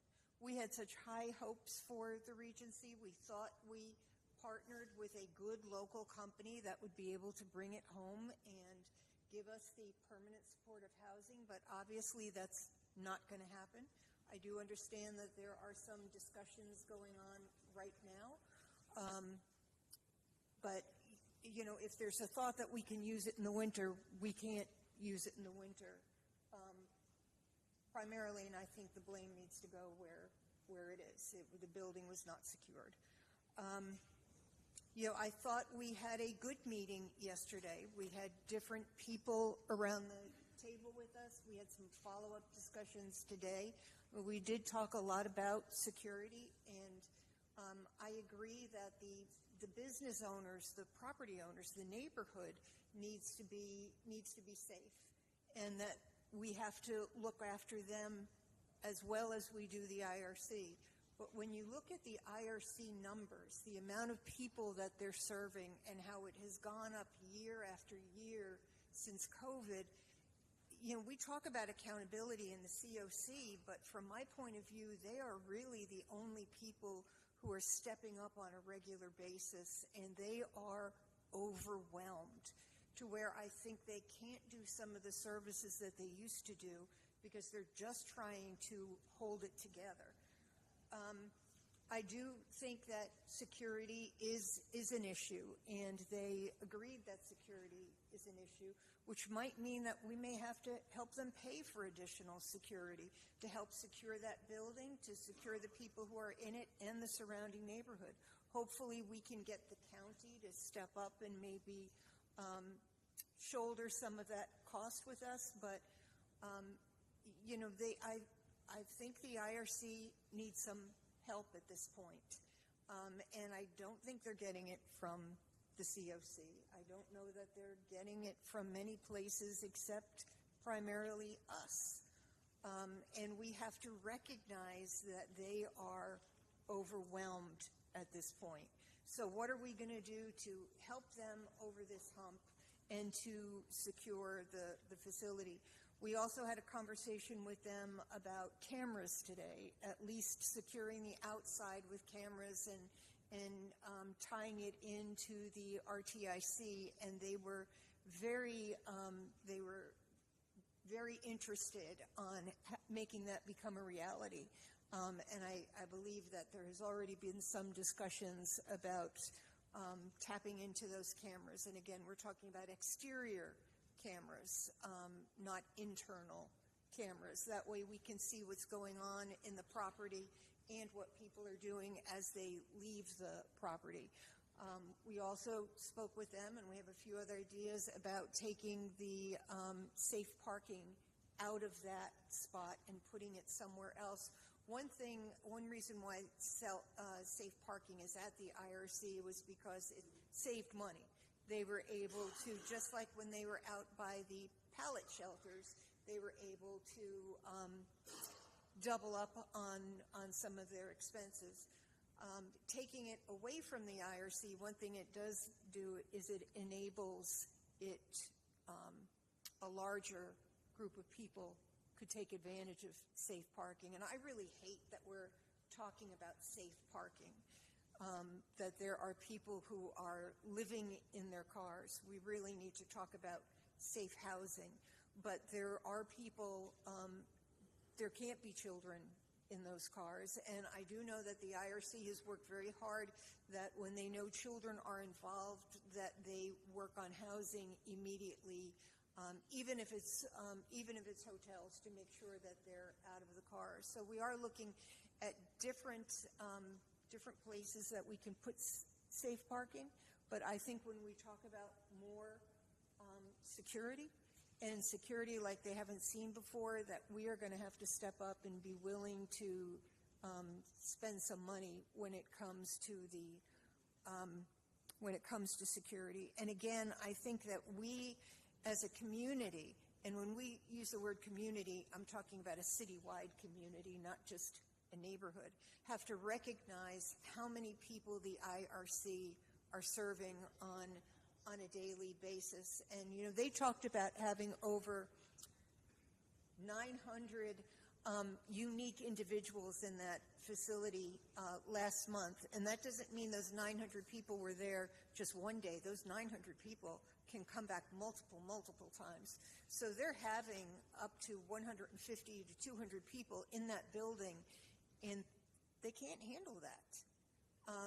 And, you know, Walker Sanders was there, the Community Foundation, and he offered to try to convene the COC.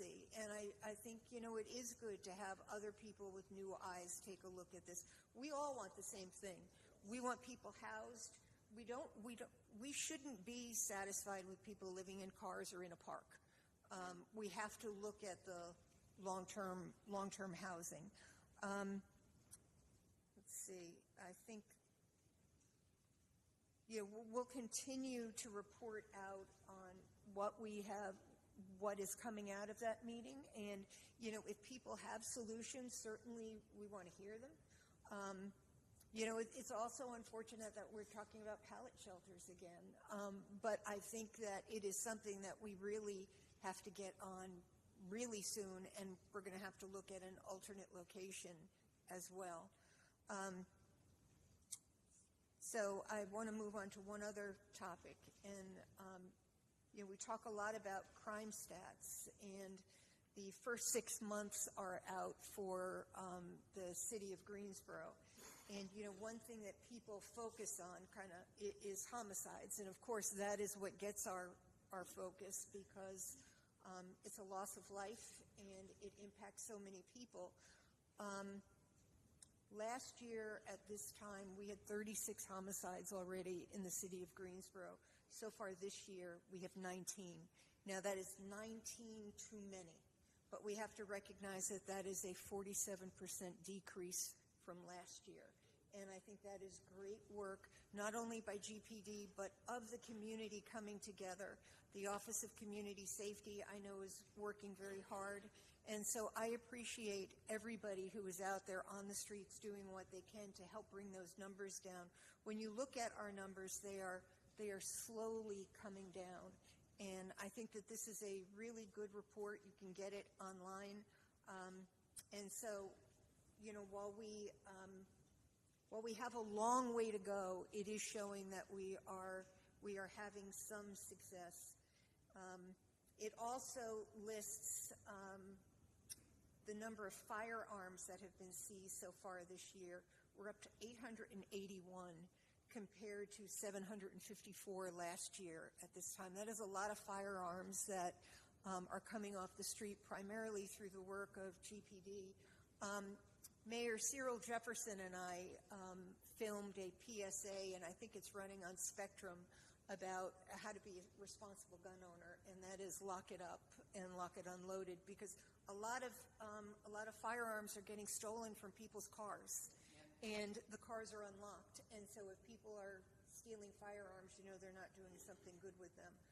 So I think that's a pretty stark figure for us to look at. So I would encourage everybody to take a look at those numbers. I will say traffic fatalities are up 22%.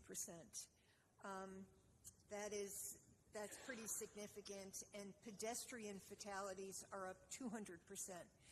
We really have to focus on our traffic plan, and I know that there was something rolled out for neighborhood traffic calming, but I don't think that it really hit what, as a council, we were hoping that it would hit. There are a lot of neighborhoods and a lot of streets that are left out of that plan. I think we have to take a good look at it, because that is the one thing I think we all hear about on a regular basis is traffic issues, and we can see that they are leading to fatalities. So I would encourage everybody to take a look at that list. Trey, any comments? Madam Mayor, can I just Yes. step in right quick? And I'll just ask Trey, and I guess get with Chris when he gets back. You talk about traffic.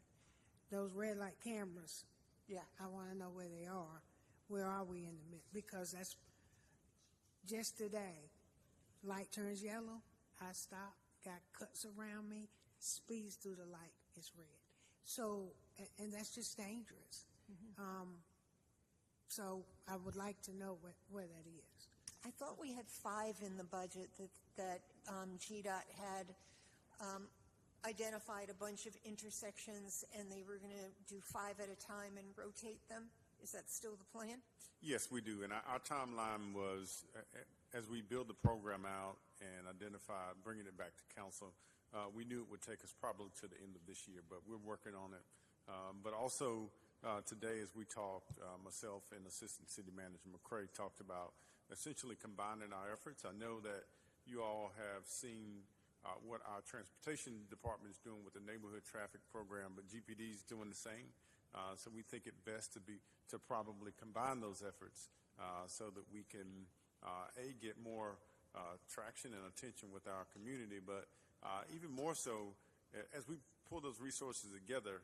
I feel like them working in tandem as it relates to research and enforcement, I think it will have a much better impact on the community. There's some other things that you all talked about. I want to give a quick update, a quick snapshot. You'll receive an update from Assistant City Manager McCray as it relates to an RFP for our homeless services. It'll answer some of your questions. I know there's some concerns about the change of season going into the winter. What are we going to do? Are we going to be prepared? There'll be some updates about our doorway project. Also, we've talked about the addition of more pallet shelters. We're doing a cost estimate now. We haven't talked to Larry about it yet, so I need y'all's help with that part. But, I mean, that is really important to us to make sure we identify, to Councilman Mathaney's question, the mayor responded to it about the Regency. We don't want to just go into it. We want to make sure that we look and assess the right location, to make sure the funds that we're putting into it are utilized the right way. But we'll have those updates to you in the very near future. And when Interim Manager Wilson gets back, we'll talk about a date for a work session so we can have some more healthy discussion about all these things. And in the meeting that we had yesterday, I owe you all a message that we can share with the county about both efforts, not just for the IRC, but for that whole corridor, and then some other things that we're trying to work on to address the homeless issues.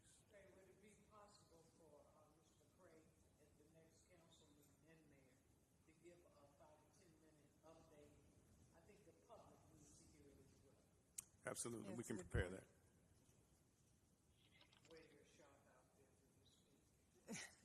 And one last thing, one additional person in our Power 100. This is somebody who's very near and dear to me. She and I came to the police department at the same time. Stephanie Martis was honored as well. Her mother traveled from Tampa, Florida. They are very proud of her, and I am as well. So thank you. Thank you. Mr. City Attorney? I don't have anything for tonight. Thank you. All right. All in favor, say aye. Mrs. Hoffman? She's adjourned. Aye. No, I'm here. Aye.